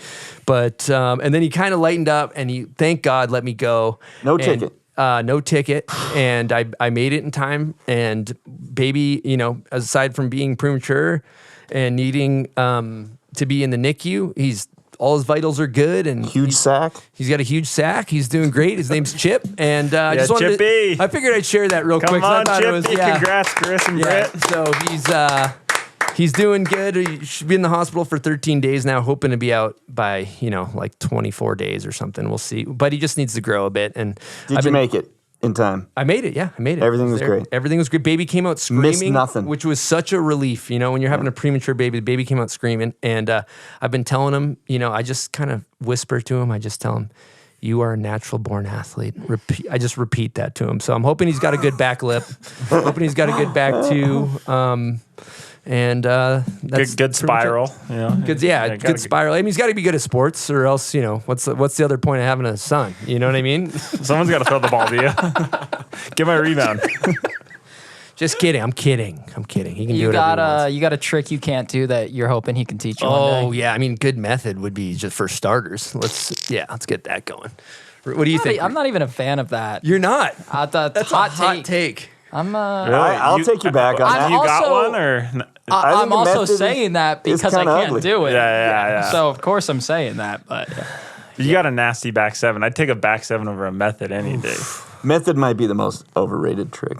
See, Really? I'm dying on the method sword. That's all I got. I'm not with you on that. It's just beautiful. Yeah, For some people, Yeah. for most It's- people, it's like they want one. They want a good one so bad. Just you don't have it. You don't have it. yeah.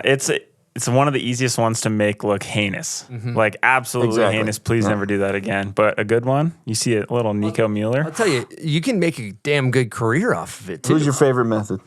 I've said this before, it's a nice cold take for some, but for me, if you've ever seen Brock Crouch on a straight park jump do one, it's fucking insane. I love the ones where people hold melon, and then they sprocket way out from melon, because to me, as far as a person You pull doing it a from method, melon. it's so Yeah, much that's harder. kinda nice. You have to be so much more limber and have so much more board control as to like arch it into your hand. So you're not into the Euro method. That's what I do. Yeah, but you don't prefer it. I don't prefer it because Yeah. I can't do the other one, you know? Reid? I don't got it. the dust box will make me bust one out like once a year. And they'll all film it and laugh their asses off. But I do not got it. Jay Stone's got a good one. Yeah, the Nico method is that's my favorite of all time for sure. It's just classic. Darth. I like a Marvin method. So I'm Euro method for sure, but I'm not. I like. yeah, I'm too tall. I can't grab melon. I wear a knee brace, so I gotta grab outside the. I mean, bottom. I It's just- prefer a melon over a method. Oh, Ooh, yeah. that's Visually. That's a hot take. I like that. What about crooked cop? Still over a method. Yeah. Joey B, how you doing? You got a favorite method? No. I don't care. All right, let's talk about a couple heater clips here. We mentioned the McTwist when Todd was on the phone, the double McTwist 1080. That clip's incredible. We mentioned the frontside 16 triple in the pipe from Lil Key Taki. And then there's also this clip of Kato doing a backside 16 shifty that is fantastic. If you can make a 16, if you can throw a little flavor into a 16, you are a damn good snowboarder. That is really impressive. There's also this Joey Leon board slide around the corner where I'm pretty sure they shoveled all the snow into this building because it's covered with a roof. And I just respect the grind on that. Love the clip. And one big notable thing that I think would be cool to talk about is this new East Bumfuck project that I wouldn't say they dropped, that he dropped. I forget the guy's name. What's the guy's name that does it? I think it's Jake Aronson. Yes, Jake. Yep. So Jake, he entirely filmed himself with a camera on a tripod for his whole movie. No filmer, just a camera on a tripod. He's doing gnarly stuff. He's hitting backcountry jumps. He's falling into holes. It's What's our insane. take on that?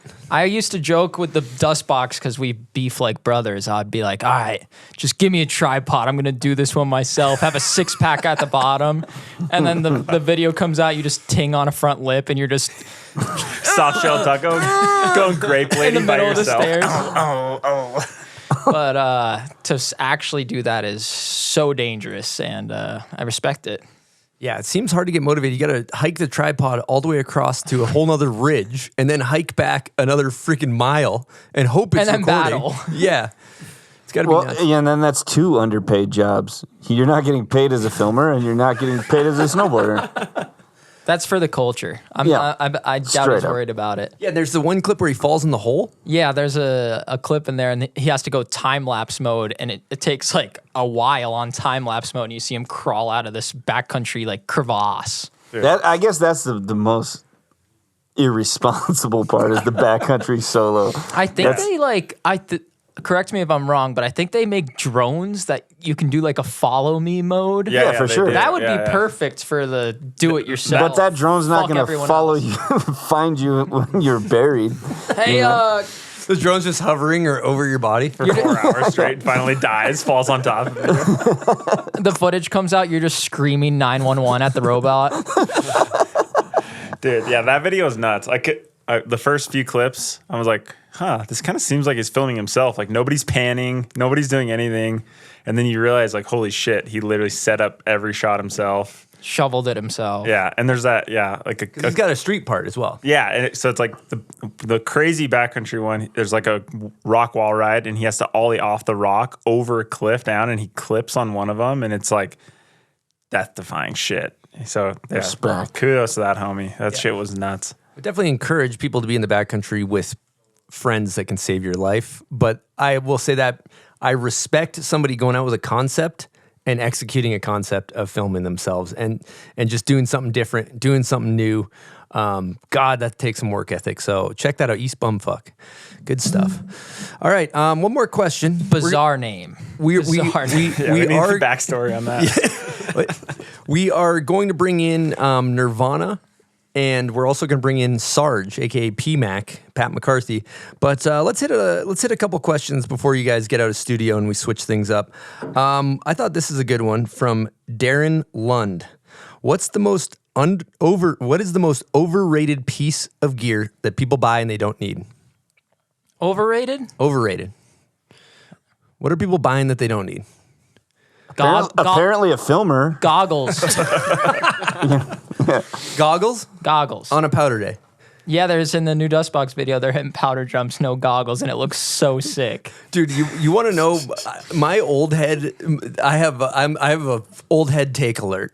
Let's hear it. I don't get the no goggles thing because the goggles enhance the snowboarding experience. When you're going fast and you can actually fucking see and it's snowing, like a big part of being able to snowboard is being able to fucking see. Oh yeah, It's huge. I was joking around with that question or with that answer for sure, but if you're just starting, you definitely don't. Yeah, you know, Midwest vibes, like Yeah. rope toe all day. East Coast, you don't really But like need them. real ass snowboarding goggles is like, Yep. yeah, it is one of these. And I know you're fucking around, Yeah. but it is like, to me, I can't run anything but goggles. Like sunnies, no chance. I think you need it all. Mm-hmm. You need every piece of equipment, and you need to subscribe to magazines, and you need to buy movies. Get the tattoo, get the stickers. You got to live it. Okay. You need it I all. respect that.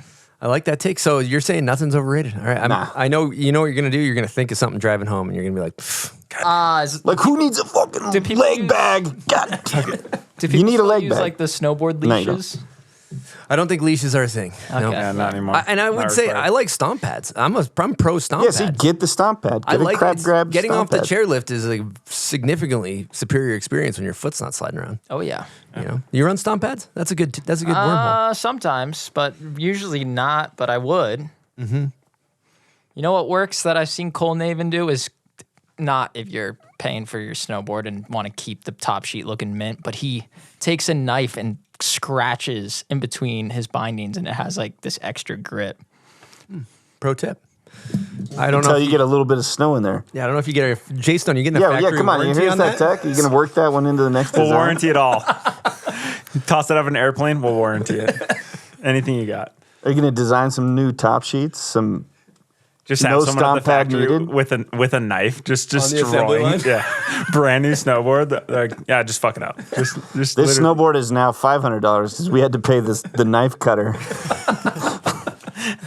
All right, it's been a pleasure, guys. We're going to take a quick break, and then we're going to come back with Nerv and PMac. All right, we're going to take a quick break and talk about one of my favorite places that exists on this earth, and that's Woodward Park City. It's fun all seasons. Now, this season is currently mountain bike season, and it's just heating up. They got rad events coming up. They got rebuilt trails, and they got some new multi-week programs for the Groms. Woodward is kicking off some brand new programs for kids as young as 3 years old starting this fall. Get them started early, skateboarding, biking, scootering, or hitting the trampolines with fun 1-hour classes. Also, if you want to sharpen your skills for this winter and learn some tricks on the rollerboard, which is basically a snowboard with roller wheels, you can chuck carcass into the foam pit. You want to learn backflips? Take it to the foam pit first. So then when the snow hits, you're ready to go. Check the details at woodwardparkcity.com and get up there and have yourselves a good time. Let's talk about bindings. Let's talk about Union Binding Co.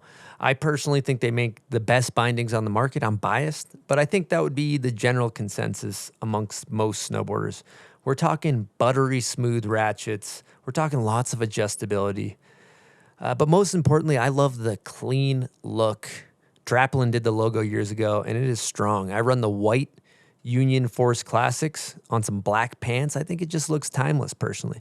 But you can't go wrong with any binding in the line. You know, they have a stacked team of riders. We're talking Travis Rice.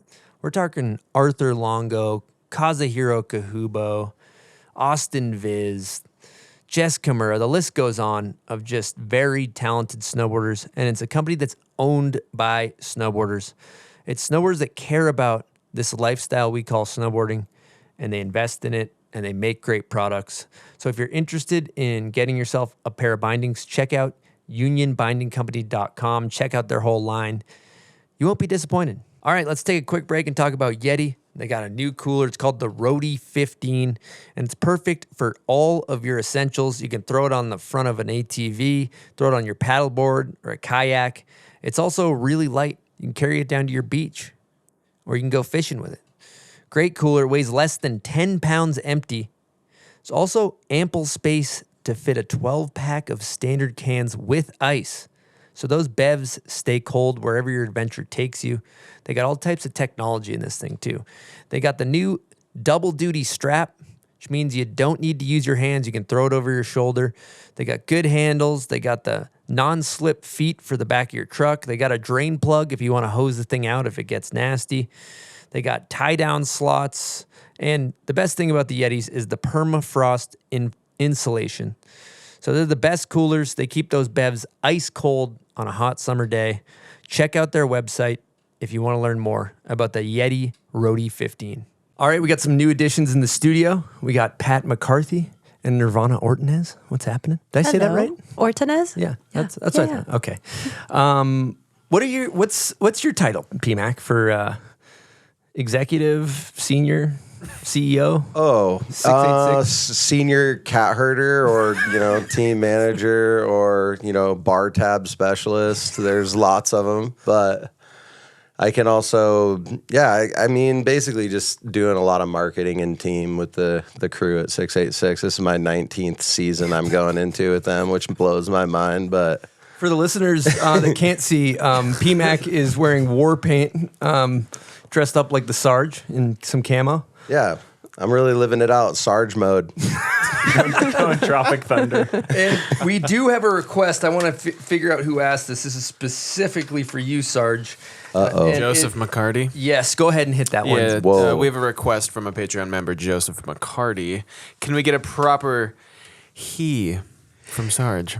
Yeah, it's good to let those out, actually. I'm pretty sore from rolling in the sec today. So I was actually giving Reid and Jeremy Jones some he's from behind when they were putting up 240 You on might, the rack. for the listeners that aren't familiar, you may see Pat McCarthy attempt a back rodeo over the Baker cat track gap. In midair, you might just hear a he, like, or if he needs to get fired up, he just kind of lets him rip.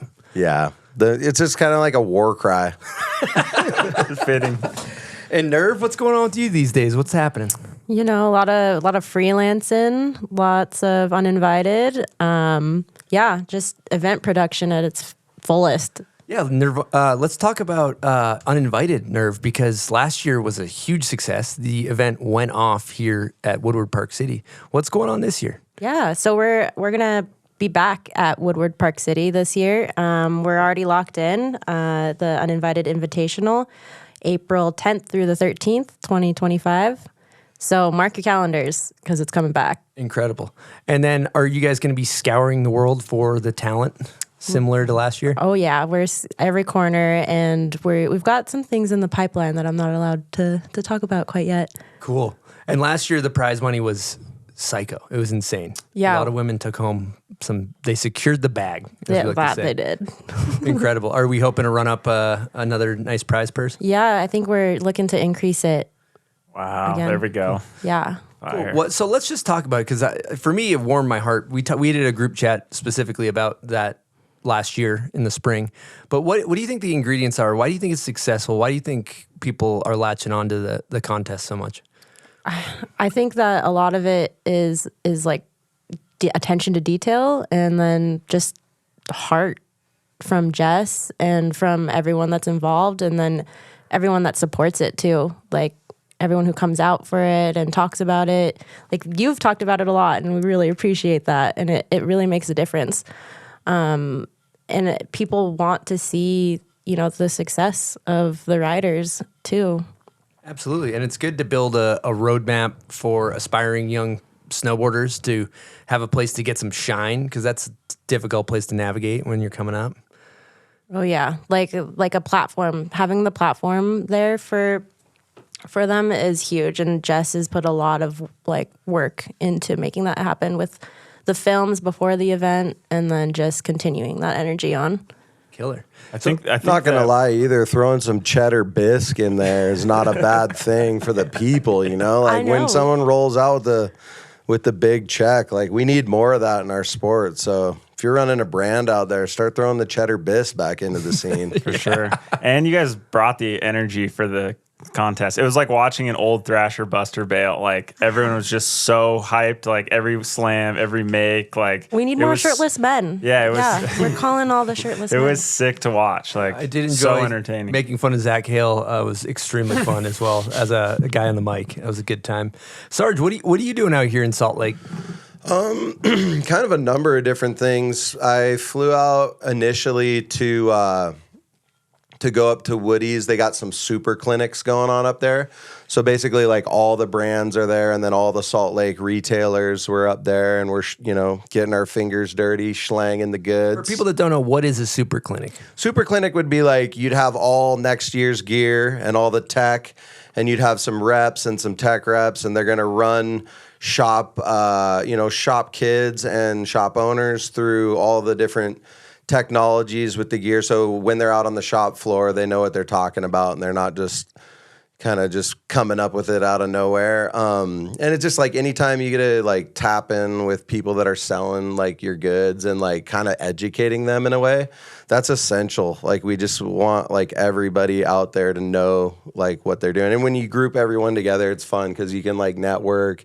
I think like Shane brought his band up there and they played. Then they did a movie premiere for the new CAPiTA AM Team video. That movie was incredible. And then they also did the Rome movie. So it's kind of like a place to connect. And then tonight, actually, a major reason why I'm out here is to attend the Dustbox movie premiere.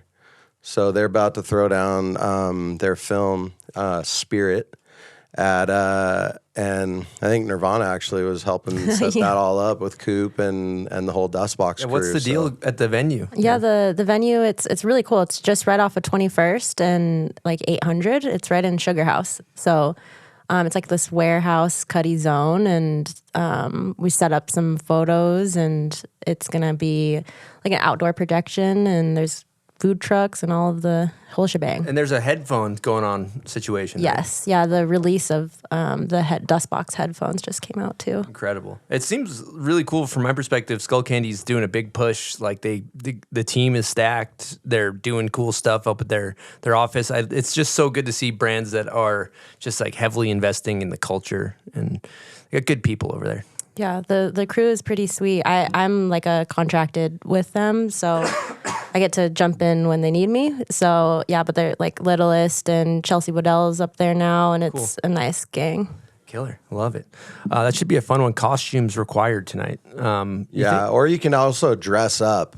That's another thing. Oh, like formal? A lot of people are rolling the formal technique. I know Coop was big on that last night. He wants to go business, kind of casual, if you will. But yeah, I think it's important question. Who's going to be the most hit, do you think? Like, who do you think is going to be stumbling out of there mildly belligerent, Out of the Dustbox crew, Reid could do some numbers, potentially. He can do some damage. Yeah, he could do some. I think PMAC, actually, you might want to keep your eyes on him. Where are we gonna end up, you think, PMAC? Real light work, dude. We're in and out. We just want to check out the film. The next, I'm not getting caught up in case that. upper management's listening. We're just there to check out the film. Yeah. I'm excited. Like Robbie, Meehan, and Cooper, we really haven't announced it yet, but they both are now part of 686 as well. So we have a little mini project we worked on with them, and come out and support what these guys are doing is what it's all about. Love it.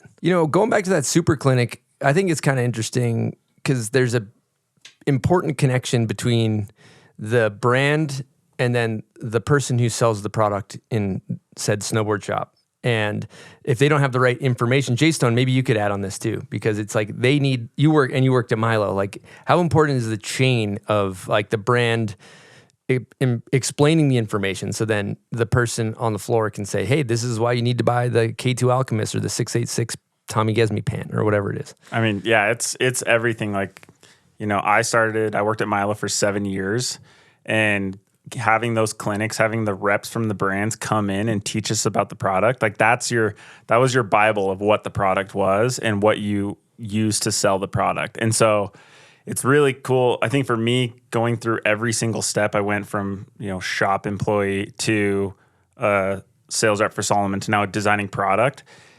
Whenever I'm designing new product, I think about the 18-year-old kid on the shop floor selling the product and making sure that what I'm designing makes sense for them to be able to sell. Because you throw some crazy like jargon out there of some tech words and nothing makes sense and you can't explain to the customer, who gives a shit, right? And so it's so important, especially too, like someone to meet Pat, like at a super clinic, like, whoa, dude, I've been watching you snowboard forever. This is so sick that you're here and you're telling me about the gear. Like those interactions, like the brands going the extra mile to talk with shop employees is like, it's everything. Like I loved clinic season just because I got to learn so much about the product. And maybe I'm more like product focused person, but it is so important. It's crazy. Sarge? Yeah, I really think, what's the point in having all these people working tirelessly to develop new technologies, like new ways of cuts and outerwear,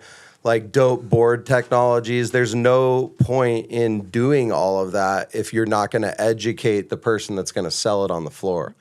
So like, going there and just like, yeah, just kind of interacting and like, setting the tone for the brand for those people so they go back and they feel like they have some ownership in it too, when they're selling it. I think it's just so important. I think we could probably do a better job as an industry of really going out there and like, letting people know 100%. what's up with the goods. Yeah, it's like in this internet world that's like everything's online but there's just nothing that comes close to face Right. with our community and all that. All right, I'm going to get into a couple questions here. We got some Instagram questions we're going to rip through.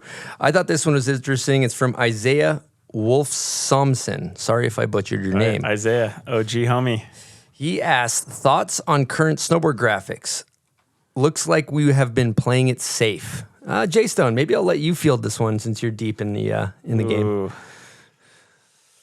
Yeah, it's a hard one. I mean, I think, as you become like, it kind of depends on the size of your brand, really gives you more or less kind of freedom to do whatever the hell you want.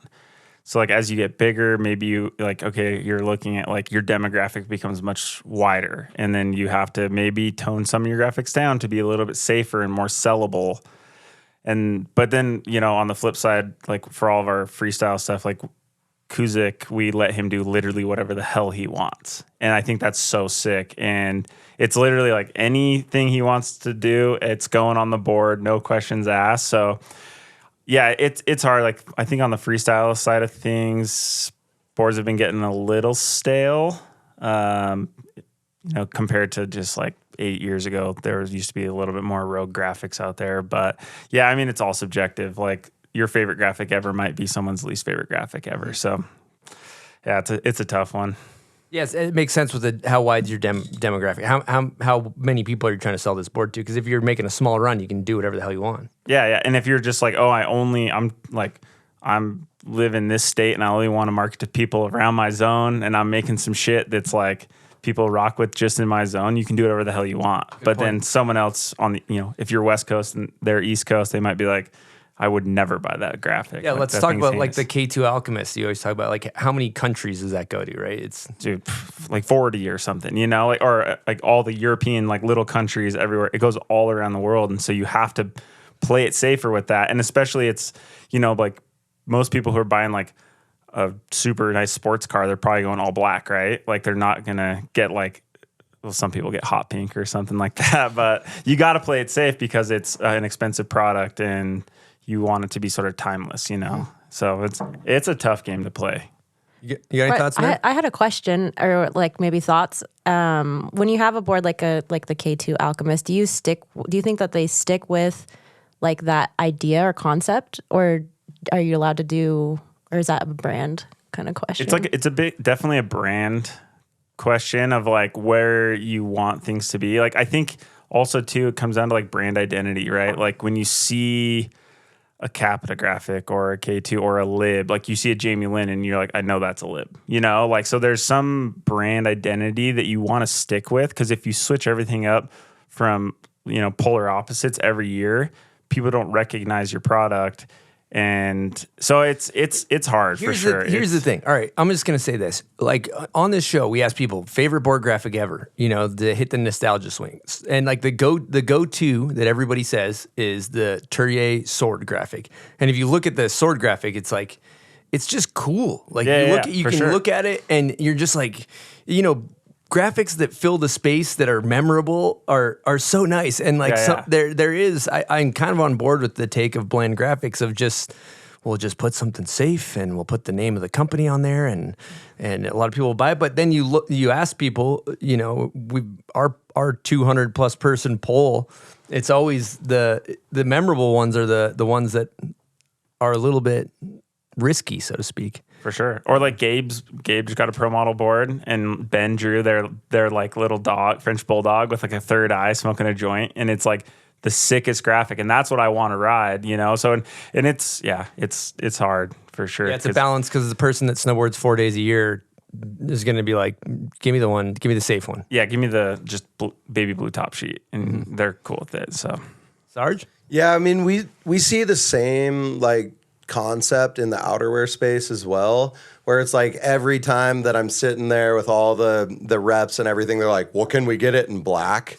You know, it's like, yeah, we can make it in black too. It's pretty simple concept, you know, but like, you know, you want the poppy colors, and like, I mean, I'm really leaning towards like, let's listen to the riders and let them like dictate a little bit of where the brands are going, and like, let them get their claws in there and develop stuff. Because like, as far as what we've really seen, like when we let Forrest Bailey develop Dojo or Tommy Gesme make a pant, like that's what you're hearing about. Like, oh, I want to see that. But yeah, you're always going to have your blacks, and you're like, I'm sure it's in the board realm as well. Like you got some wild graphics that are really going to catch people's eye and like get the youth hyped. But like, you still need to like provide something, because like not everybody wants to stand out, you know, like some people just want to rip and like just rip with their homies, and they're not concerned with being the center of attention. Yeah, 100%. Yeah, and it is freaking expensive. They're expensive products. Like a skateboard, I always compare it to skateboard graphics, but it's a fourth of the price or whatever. $65 deck. You're like, yeah, I'll take the rogue ass graphic. Like this shit's hilarious. You only get another one in a month. Yeah, 100%. All right, I got a bunch more Instagram questions. So let's keep it moving. These are wide spectrum, but they're interesting wormholes to go down. So let's go on a couple things here. One thing I thought was interesting, Howie Golder. When being a team rider, do you ever worry about the financial state, or do you worry about having a backup career? Interesting. Anybody want to field this one? Sarge, I think you've navigated this well. Hell yeah, you need to think about another career.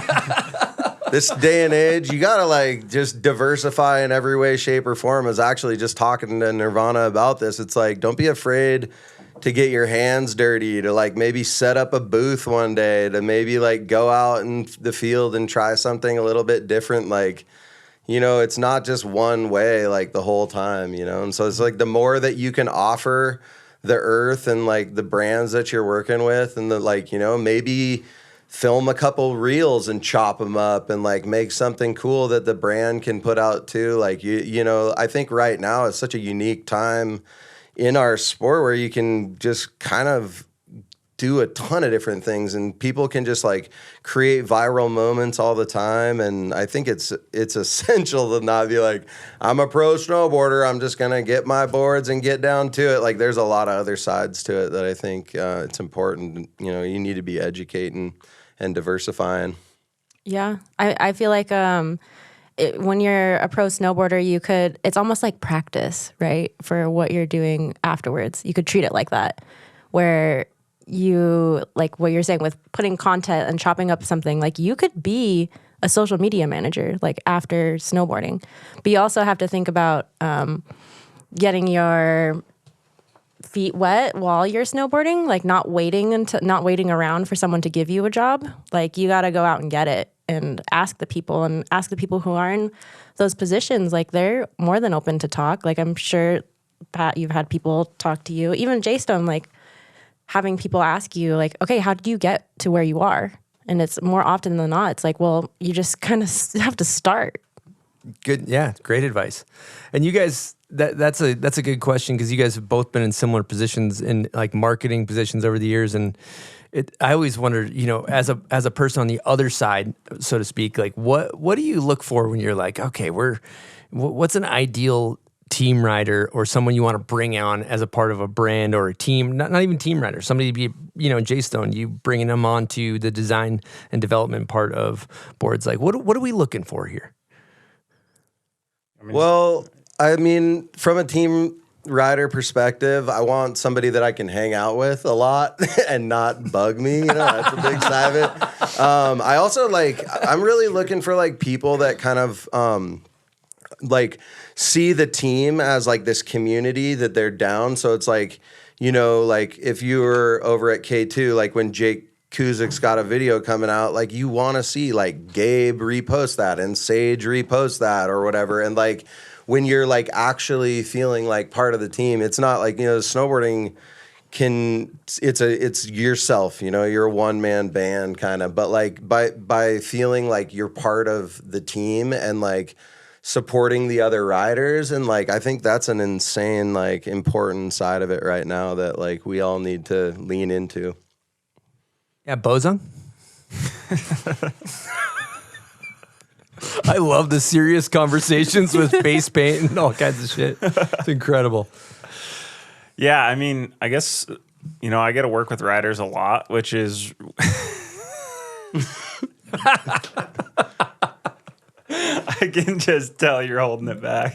Yeah, I mean, I get to work with riders a lot, which is really sick. And I think, you know, there's some people that are just like, give me the snowboard. I want to just go out and snowboard. I don't like care to learn the other side, like the business side of things or product side of things. But there are some people who are really want to dive into the process, and they're looking to, you know, like, and maybe they're already just creative people that like to do art or whatever, but those people that want to latch on and understand and learn like the other side of the snowboard industry, not just riding the snowboard, like those are the people that will go on to make their own brands. And like, it's so easy. Like Nirvana, you had a really easy path. It seemed from my perspective, an easy path from snowboarding into a career, like because you set yourself up for success. Like you did the extracurriculars, like you did events, like you were involved with a lot of brands that you rode for. And I think that's an easy thing when you go to get a job as a rider. You can be like, hey, look, I ran the Instagram for the company for 2 seasons, you know, and people don't realize a lot of riders for brands run the brand Instagram. And that's kind of like an incentive. Like, hey, I know you can't pay me as much as a rider, but you can pay me a little extra and I'll do this marketing stuff for you. And so, I mean, yeah, there's total ways to like, and it's all in the individual if they want to stay in snowboarding and they want to build their career in snowboarding afterwards. And some people just like, as soon as they're not getting paid to snowboard anymore, they want to be done with it and are out. And that's all good. But yeah, it's definitely important to be involved if you want to be. Is it all good though when people do that? Yeah, I kind of like that take. I like that. Yeah, I mean, whatever. I don't know. Or not, I go back to that and I'm like, damn, you really only snowboarded because you got paid. Like that's fucking crazy to me. I don't know. For me, like, if I didn't have this job, whatever, I would still snowboard as much as I possibly could. And I think everyone in this room would. And it's just, but yeah, there's some people who it's like, this is the thing I found that I was good at and I was associated with being good at it and it's my identity. And now that I'm not getting paid, I don't want to do it anymore and I'm done. And then you never see them again. And you're just like, whoa, that's nuts. Yeah, I have this like super simple little statement that I always remember is like the squeaky wheel kind of gets the grease. And it's like at the end of my like snowboarding career, like, you know, I was starting to look at all these other options, you know, like maybe some commercial fishing, maybe you're going to do some construction, but like I still love snowboarding. I'm the same as J-Stone. I want to snowboard all the time, 7 days a week if my wife will let me. And like, so it's like, the thing is like, you know, like if you are doing a good job at what you're doing and you're like you're aging up like in your spot, like the brands are going to look to you and be like, hey, let's bring this person on, you know, and like, for some people it works really well, and then and you might have to take a little hit on the ego or whatever, but like, humble yourself. All right, let's change gears here for a hot second. A couple announcements. I got some news jotted down here. Big news over at Arbor. They just signed Big Air Jer, Red Gerard, and Danny Cass. They're making moves. How do we feel about that? How's everybody feeling about that? Nerve? Cool. Cool question mark? No, that's awesome. I feel like I'm a huge Danny Cass fan, so it's cool seeing, legends still like in their careers, Absolutely. Yeah, they're making moves over there. I mean, Arbor's on go right now too, with Hava Fernandez over there, and Matt Patty and Eddie Wall and Trevor Brady. Like, they just got a whole squad over there of kind of stone cold killers. So, I mean, might as well add the team riders to the mix as well, and I think that's going to position them in a good spot. Would love to see more female energy though. Yeah, absolutely. Sure, it's coming. I'm hyped for Jer to secure the bag. Yeah, I was wondering. It seemed like he had a good thing at Nitro, but I secured satchel. allegedly the money was undeniable. Yeah. So Let's we're hyped for him. Hopefully they can do some work on those graphics too. I think those graphics could use a little bump as well, potentially. I just got a little view on Big Air Jer's pro model actually. You talking yesterday. bamboo top sheet or what? The Bamboo Brothers. I don't know if I can spill any of those beans around here. Sorry, Hava. I had to do You'll it. have to wait to soak it in. And I'll tell you, Jay Stone on sales over there, he'd sell shit to a toilet, that guy. Holy smokes. Unbelievable. Marketing buzzwords just coming out all over the place. Trevor. Or, who did I say? Me. Oh, I said Jay. Oh, sorry. I was looking at you. Yeah, Trev Brady. Yeah, Trev Brady. My bad. The ultimate salesman. Ultimate salesman. The yeah. best salesman on planet Earth. Okay, other news. There is a Torment release party November 8th here in Salt Lake. It's going to be incredible. If you guys are looking for a fun event to attend, they always do it big. They do a huge cover reveal. It's always a fun party. They're releasing North Face Blitz, which Kennedy has a part in. Spencer Blake should be really good. I think maybe Austin Smith, a couple clips. We also have Screwdriver. Torment's project with that's gonna be the good crew. We got Baden in there, Big Air, Park Zoom, yeah, should be sweet. Then Solomon is releasing My Clay Angel, should be good. I think did Bryden make that? Yep. Yeah. And then Cost Lemons has a project with some of the Euro guys, Transparent. So big night. If you're looking to have a good time, should be fun. The cover reveal is always a good time. We got any thoughts on who would be the cover? Ooh, I haven't put. What do you got? Who you got your money on? I think I would say it could be a Baden for sure. Probably Screwdriver Crew. Yeah. Is a good guess. I'd guess. Yeah. Yep. Yeah. Or a Jer. I think a Jer. Big Air? Yeah. Yeah, Big Air kind of still needs. He got his flowers with Arbor, but I feel like he's got unfinished business. Yeah. For sure. Yeah, he's on a tear. They got Mason Jar in the Screwdriver. Oh, that's one. true. Ooh, Damn, that's your that guy. actually. You know that guy's going ham. Yeah, that could be. He is insane. Wow, and let's talk 686 for a second, because I don't think we've had you on, but Atlas, man, holy smokes, dude, what a great film that was. Like that one? I love it. Insane. I'm gonna pump your tires here a little, Pat. Okay, I hate to do it, but the video is fucking great, dude. Like I would say a 100% confirmation. The video I watched the most last year when I'm about to go snowboard, throw something on, fucking pop on Atlas. It's like a timeless classic. Love to hear that. I think it all goes back to Colton Feldman on that one. You got to give the love to the filmer and the editor. They put the work in. And I also, Gesme, Bailey, I think like small crews like that. One of the riders like Lewif, like I always kind of like, he's like a beacon for the streets in my opinion. And when I saw him mentioning Atlas and saying he was rewinding it and watching it, those are good signs right there. But yeah, we're super appreciative of all the love for Atlas, and there's some other stuff in the works, so don't. You guys are cooking?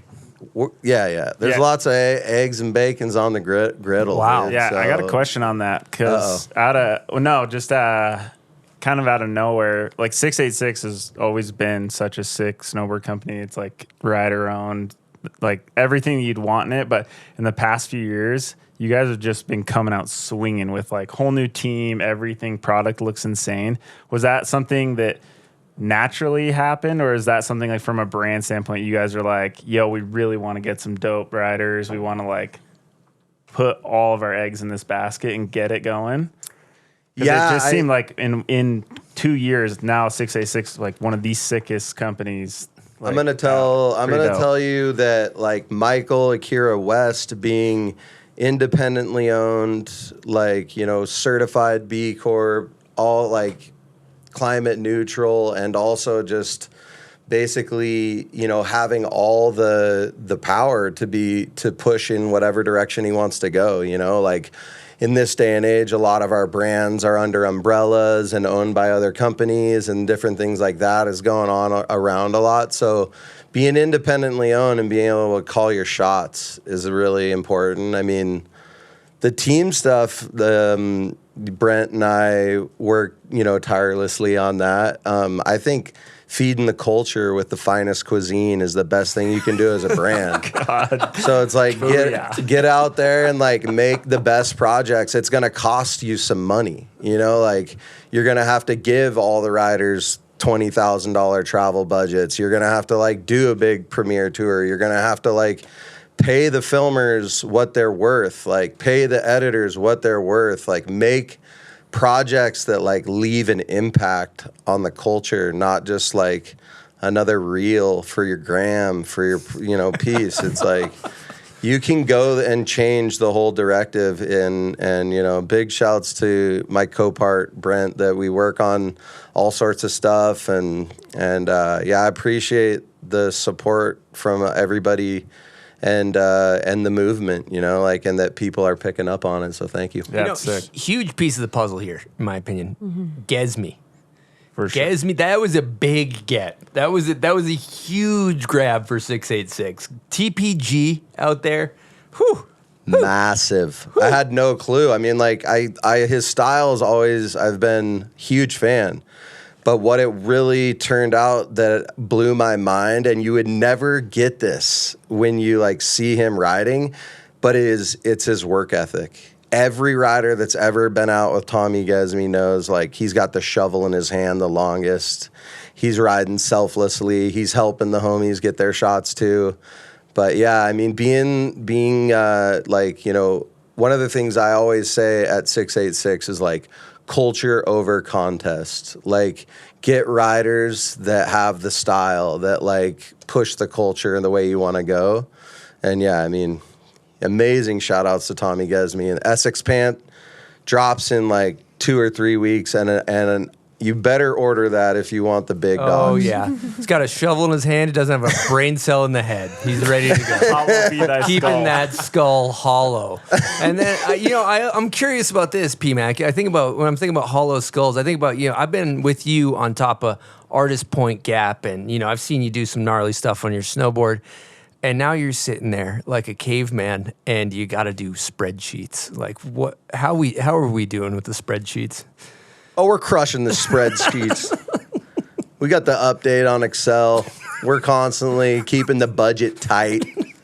We're not letting it get out of hand over here. But also, we're, you know, when the riders are turning in the bar tabs, we're floating those through. We're going to keep the culture alive here. Like, we're not playing games.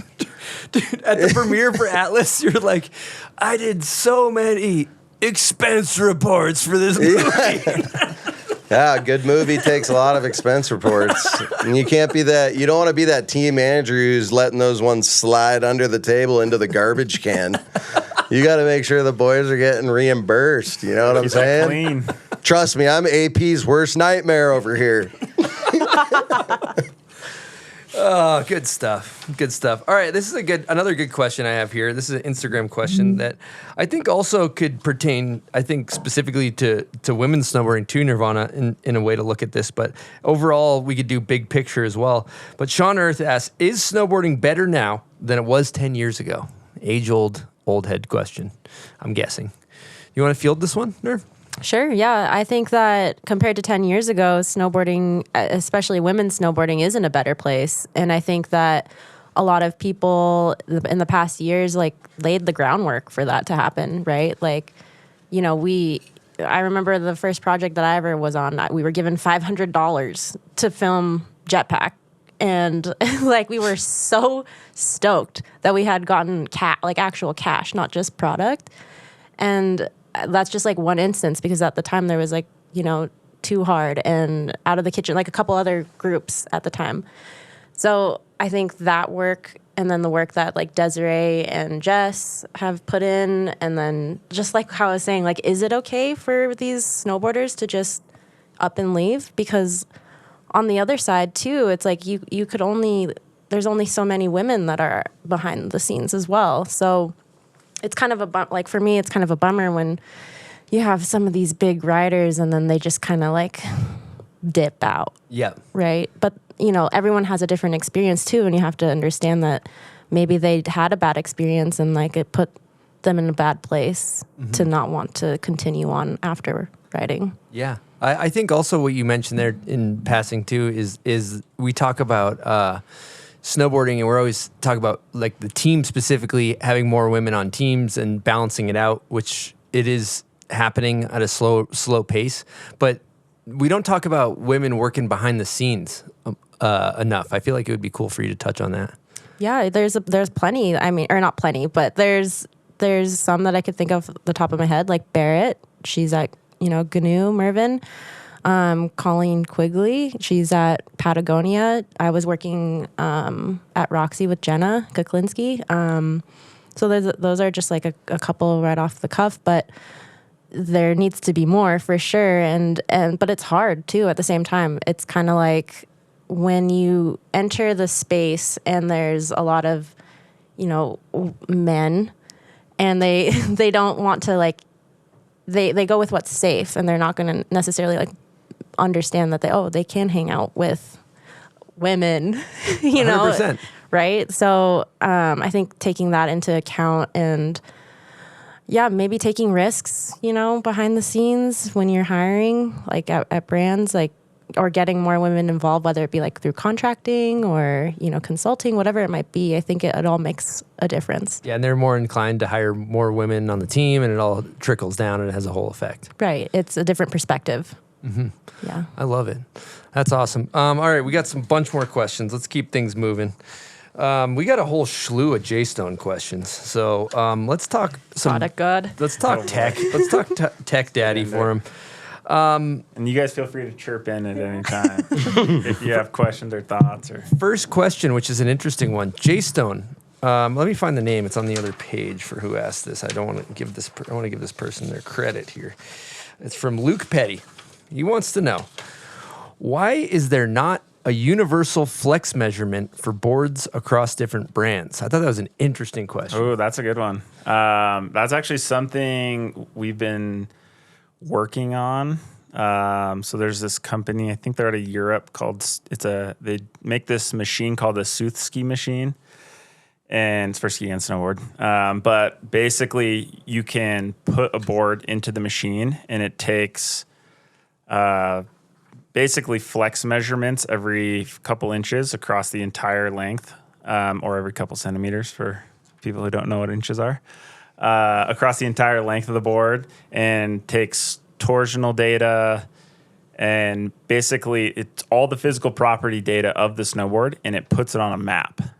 And so the goal with that is every brand could send all of their snowboards to this company, and they put all the boards into the machine, and then every brand is mapped onto it. So you can actually compare board to board from every single brand. It's because, you know, what CAPiTA's 8 out of 10 is for sure different than what K2's and what Reid and what Burt and everything is. So it's really hard for consumers to navigate like what the actual feel of the board is. So that's definitely the future. It's going to be a long ways out, but I would love some sort of universal flex. But also people don't really, like the flex is one thing, but camber comes into it, because a full rockered board that's super stiff, if you take that same board and make it full cambered, it'd be basically unrideable.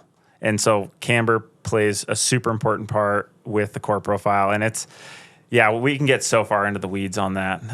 But hopefully, eventually, there'll be a universal Also think about the different flex patterns. Like some boards flex under the feet, some boards Yeah. flex more in the middle, some boards. So it's like soft is really subjective too. Yeah, there's not just soft. Yeah, because if you like, for example, if you look at say a Burton Custom, full camber Burton Custom, it's got a shitload of camber, but if you look right at the contact point of those boards, it gets crazy thin, and the board is really, really soft at the tips, and it makes it so it is full camber, but it doesn't feel super aggressive. And so that's where it's like you have to take a bunch of data points across the whole board and map everything out and like be able to see like, okay, it's stiff in the center, it's soft in the tips and tails, or vice versa, and then be able to stack that up to other boards and see how the flex patterns are. But yeah, you can't take like just the hand flex or the general flex of the board. You have to take every couple inches and then map it all out. So Jay Stone, I have a little follow-up for that. I'm dying to know, would all the other brands be interested in being in a coalition to know, like, to have that flex, to like be able to have a number on that? Like, or do they all want to like be their own entity?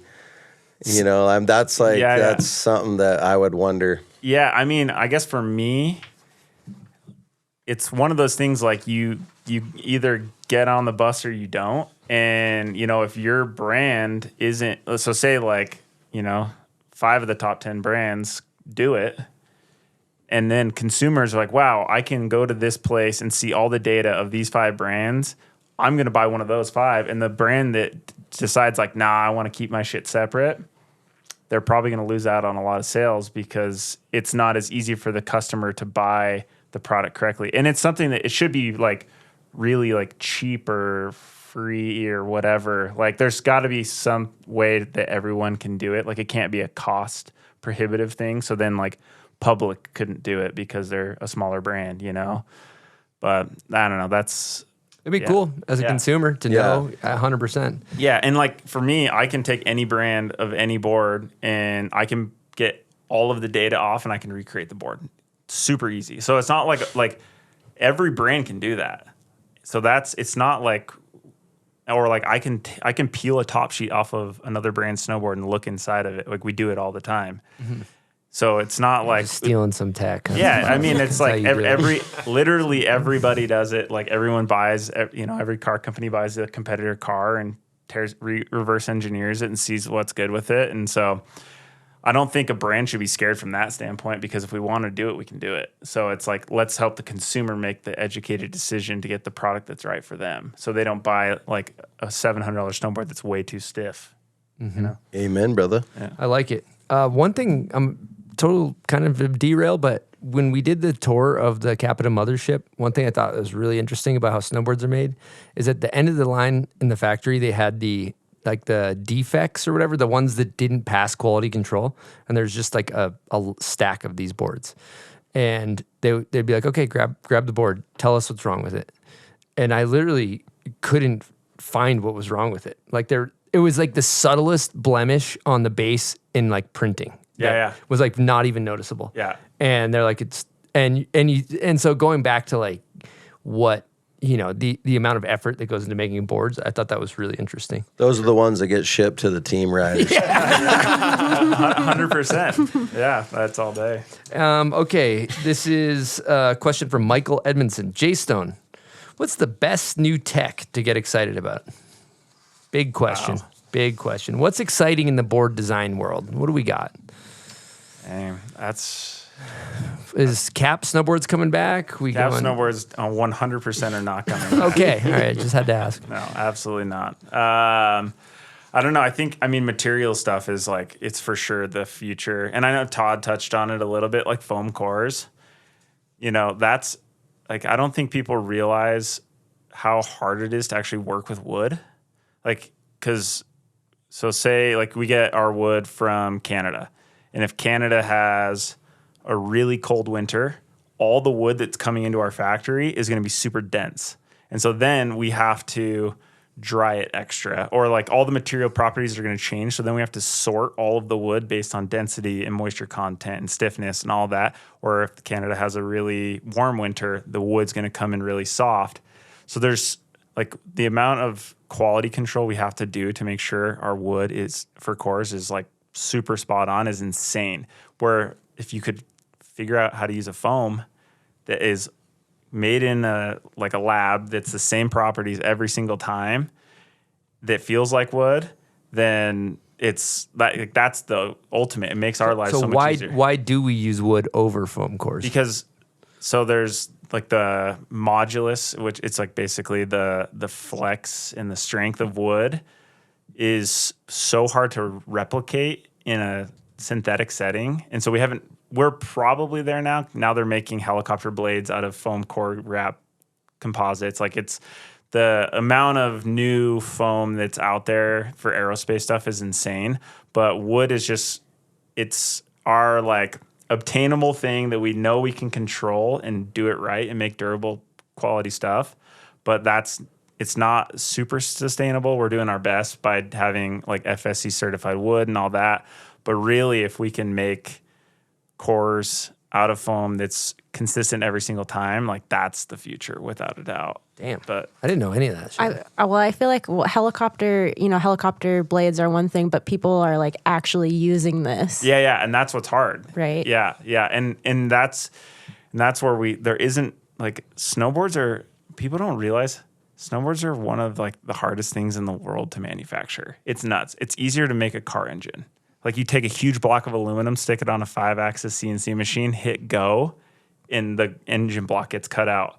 Like snowboards have so many different types of like plastic, metal, wood, all these things coming together that all expand and contract at different rates. Like to make a consistent snowboard is insanely hard. So that's where like the wood core thing is like we spent so much time and money making sure everything is so precise. Like measuring the moisture content of every single core before it goes in the snowboard. You saw it at the mothership. It's nuts.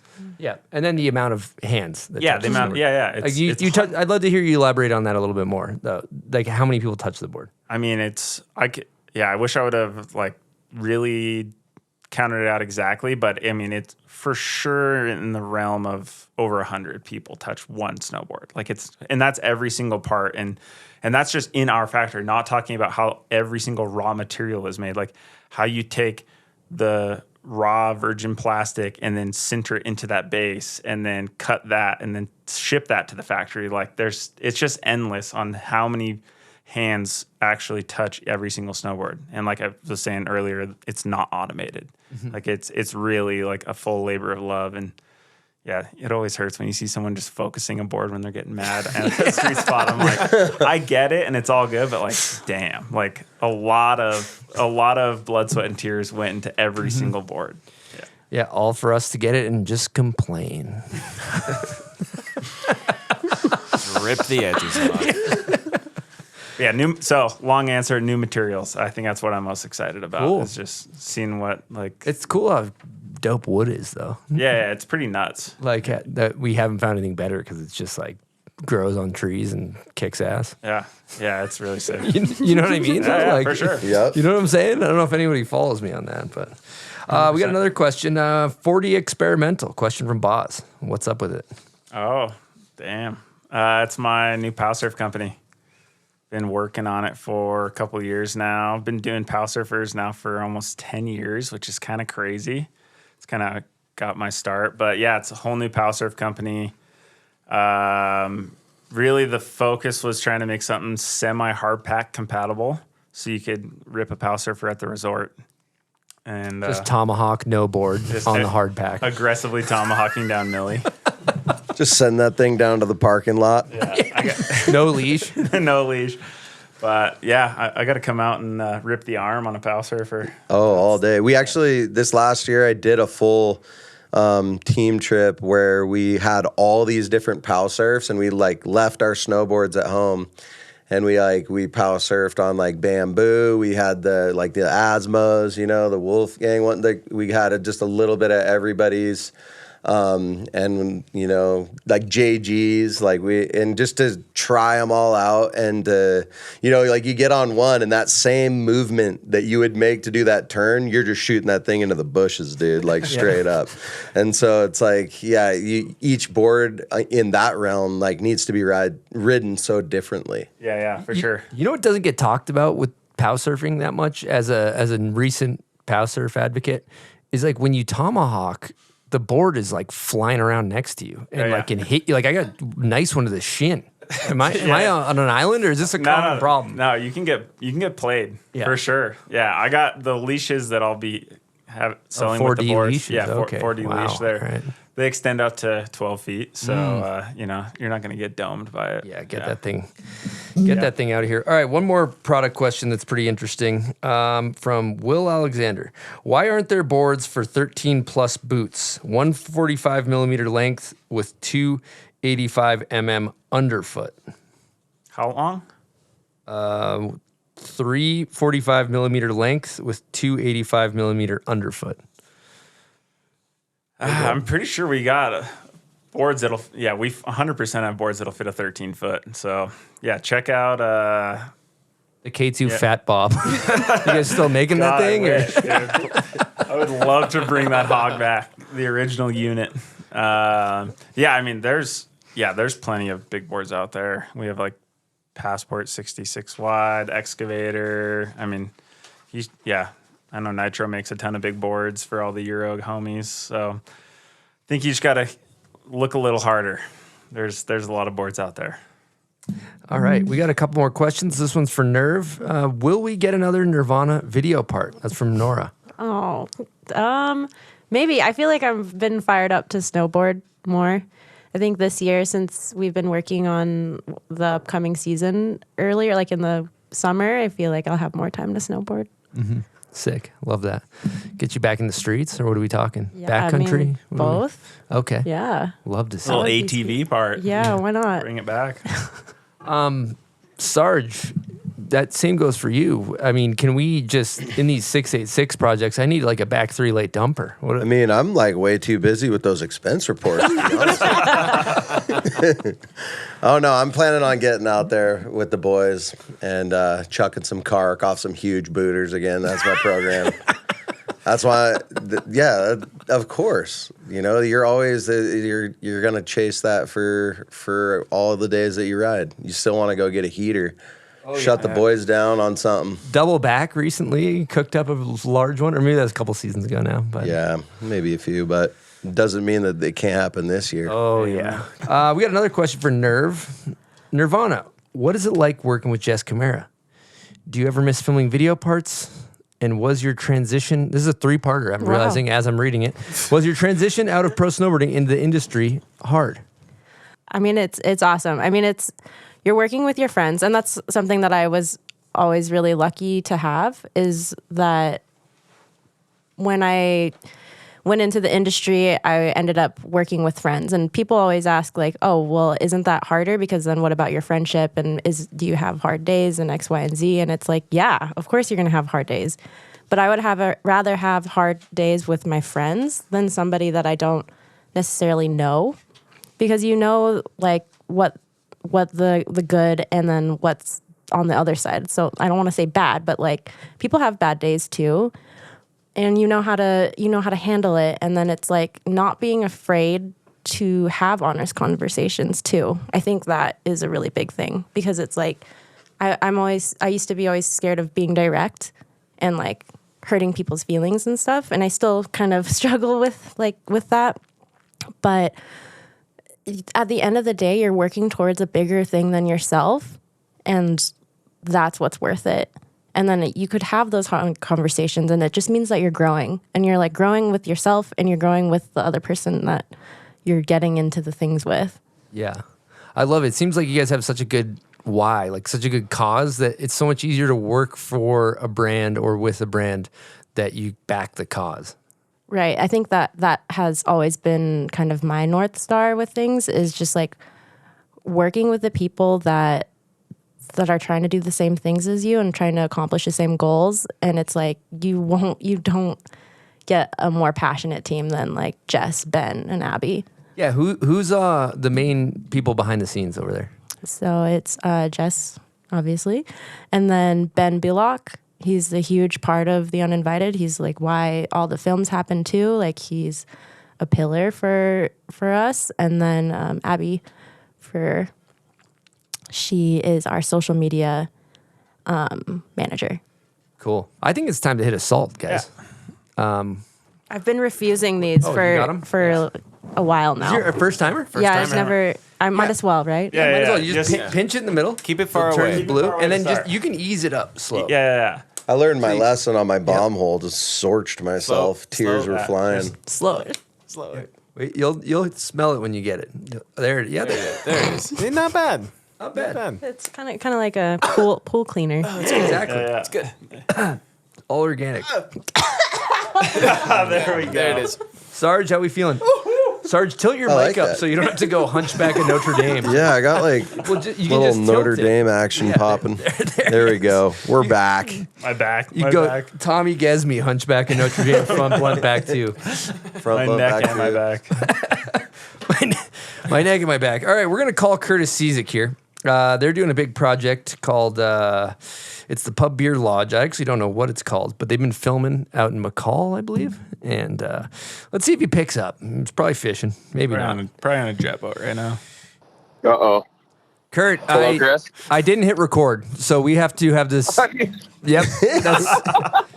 So let's pretend like we didn't just have this conversation, or let's do it. I'll just let the listeners know we just had a conversation with Kurt, and I didn't hit record, so we're going to have it again. So Kurt, what are you doing? I almost was in my truck. Hang on, let me turn it back off.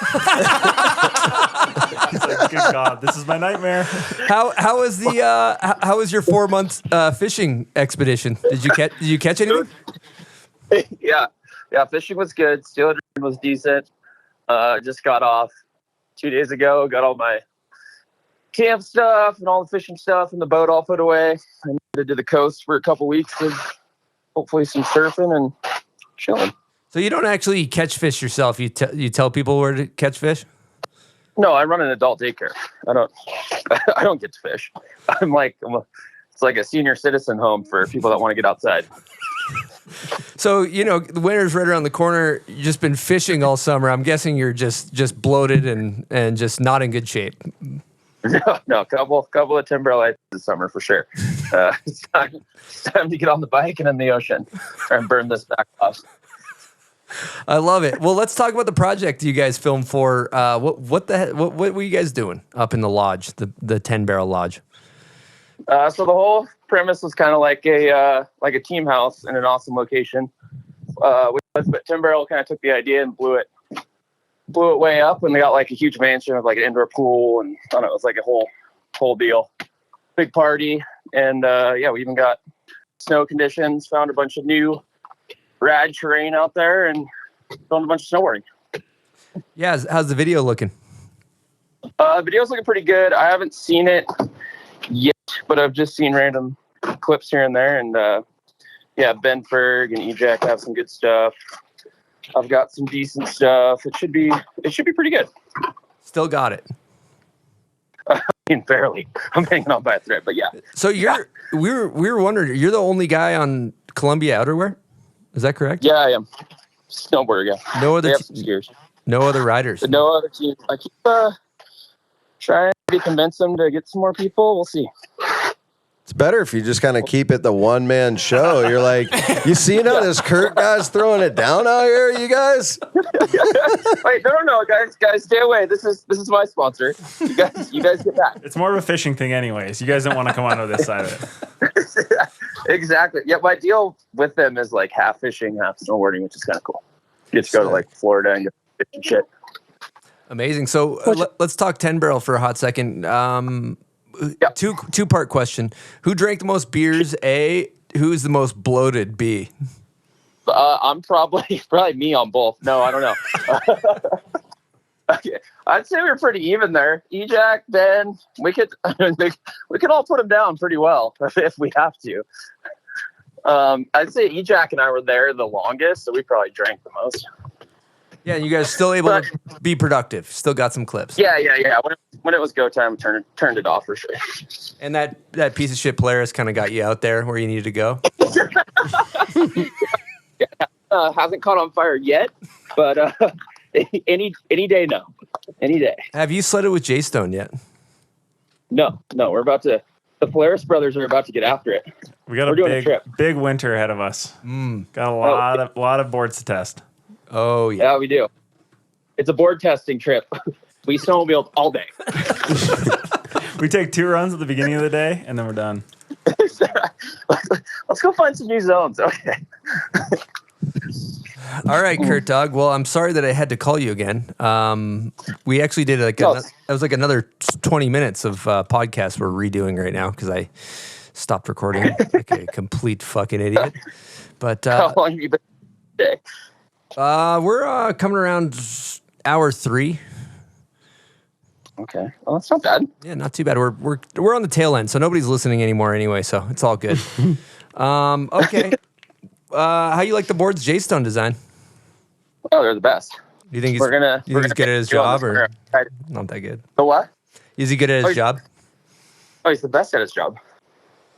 You know what size board Kurt requested for this year to test? 65 wide. He's like, 65 wide? Are you sure? I'm a little bloated right now. We just went over that. I need a float. Little slow edge to edge, but straight line, pretty good. Bit of a cannonball down the hill. She's coming about. It's a lot like that Yamaha snowmobile you used to ride. Very similar properties. Yeah, exactly. Good in a straight line, straight up a hill. If there's a tree or anything, you're in trouble. Shamu is what we called her. All right. Well, we'll probably let you go because otherwise we will basically talk about nothing for 2 hours. So, lastly, can you describe the current state of your garage? The vortex is strong right now. My partner looking at me, shaking her head as we speak. Great. All right. Well, I'll probably talk to you guys in 20 minutes when you call me right back? Yeah, look for a call in 20. Thanks, Kurt. Appreciate you. All right, catching up. All right, later. Wow. He doesn't disappoint. Okay, one thing I got to bring up. We got a big event coming January 4th. It's called Bombhole Beatdown, and it is at Loon Mountain on the east coast of the United States. And we want all the East Coasters to come out. If you can, it's going to be standard issue kind of rail jam setup during the day. We're going to have a Grom class for 14 and under. We're going to have what I call the open or unsponsored class, which is just people that want to compete for product, but we encourage all ability levels. We'll have beginner stuff and we'll have some rowdy stuff if people want to get busy. And then we'll have a pro class for cash if we can get any sponsors. We haven't really started that journey yet. So, but it should be really fun. Harry Hagen, Mike Rav, and Mikey LeBlanc are in a band called Portable Window, and they're playing directly after the event. So the idea is come on out, come see some cool snowboarding, meet up with your friends on the East Coast, and then watch your favorite snowboarders play some music, get together, have a good time, catch up with the old friends. And so mark your calendars, January 4th, Loon Mountain. We'd love to see you guys there.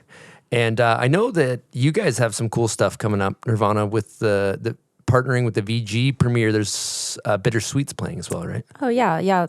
Bittersweet, An Exploration of Dreams, a movie by Desiree and Ted.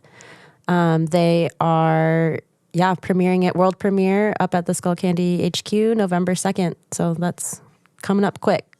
Fantastic. We got to talk about it. Like, who's got parts? Who's got heat? Yeah, it's like a big, like a spread of people, but the ones that I'm most excited to see is Iris Pham, Egan Wint, Sierra Forchheimer, the girls, Cool. Amazing. Does Des get some footage? She got hurt last year, but she's okay. She has some clips for sure. Amazing. And how is Ted's stress level editing this bad Larry? He is a funny one with editing because he'll work on it, and then a couple weeks needs to be done and just not sleep. I think that's like an editor thing, right? Oh yeah, yep. Wait till the deadline, and then start editing. You know, that's how we do it. I love it. I'm curious, Sarge, what board are you riding? Yeah, it's kind of been just talking about snowboarding season, so I'm actually getting hyped up to actually ride my snowboard pretty soon. But I've been riding the Arbor Carbon Coda 161. I've also been riding the Arbor Candle Rain that comes in a 59, and then kind of jump around the whole line and check some other stuff out. I know pretty fired up to suit up that Big Air Jer El Camino 158. And yeah, those are the ones I've been ripping on, and can't wait to suit it up again this season. Now, I'm curious. I think Arbor had a reputation for not having the best boards, maybe before they got this whole new team and people behind the scenes and everything. How are you liking the boards? Boards rip. They're good. Absolutely rip, for sure. Cool. That's amazing.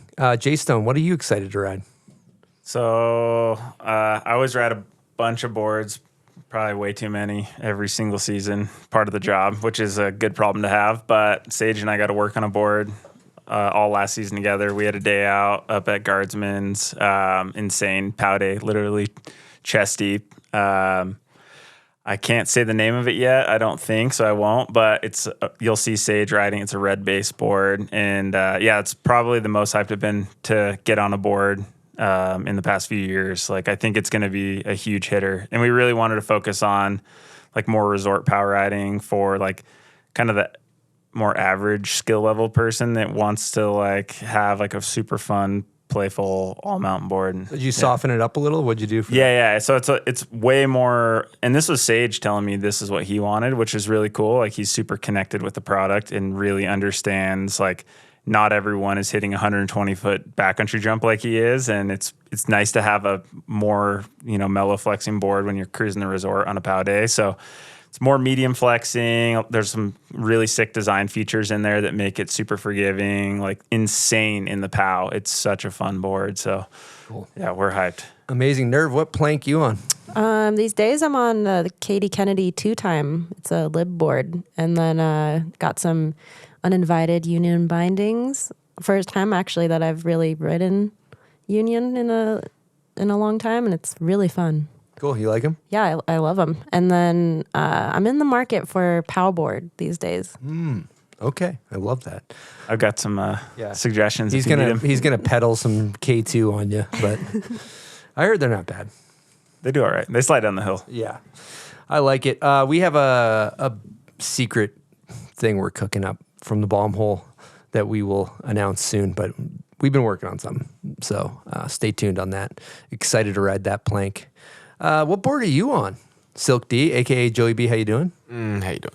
Probably what you're talking about. Okay. For this coming season, at least. You got product in the hair? Yeah, my wife had some stuff. I don't have any product for my regular hair. Allegedly. Your hair looks like my hair. Yeah. My hair? Yeah, I'm wearing your hair. Your hair or my hair? Exactly. I know that you know that I know. Mm-hmm. I think we did it, guys. I think we can call it good on this show. How are you feeling, Sarge? Dude, I'm torched, man. I'm ready to hit the slopes, man.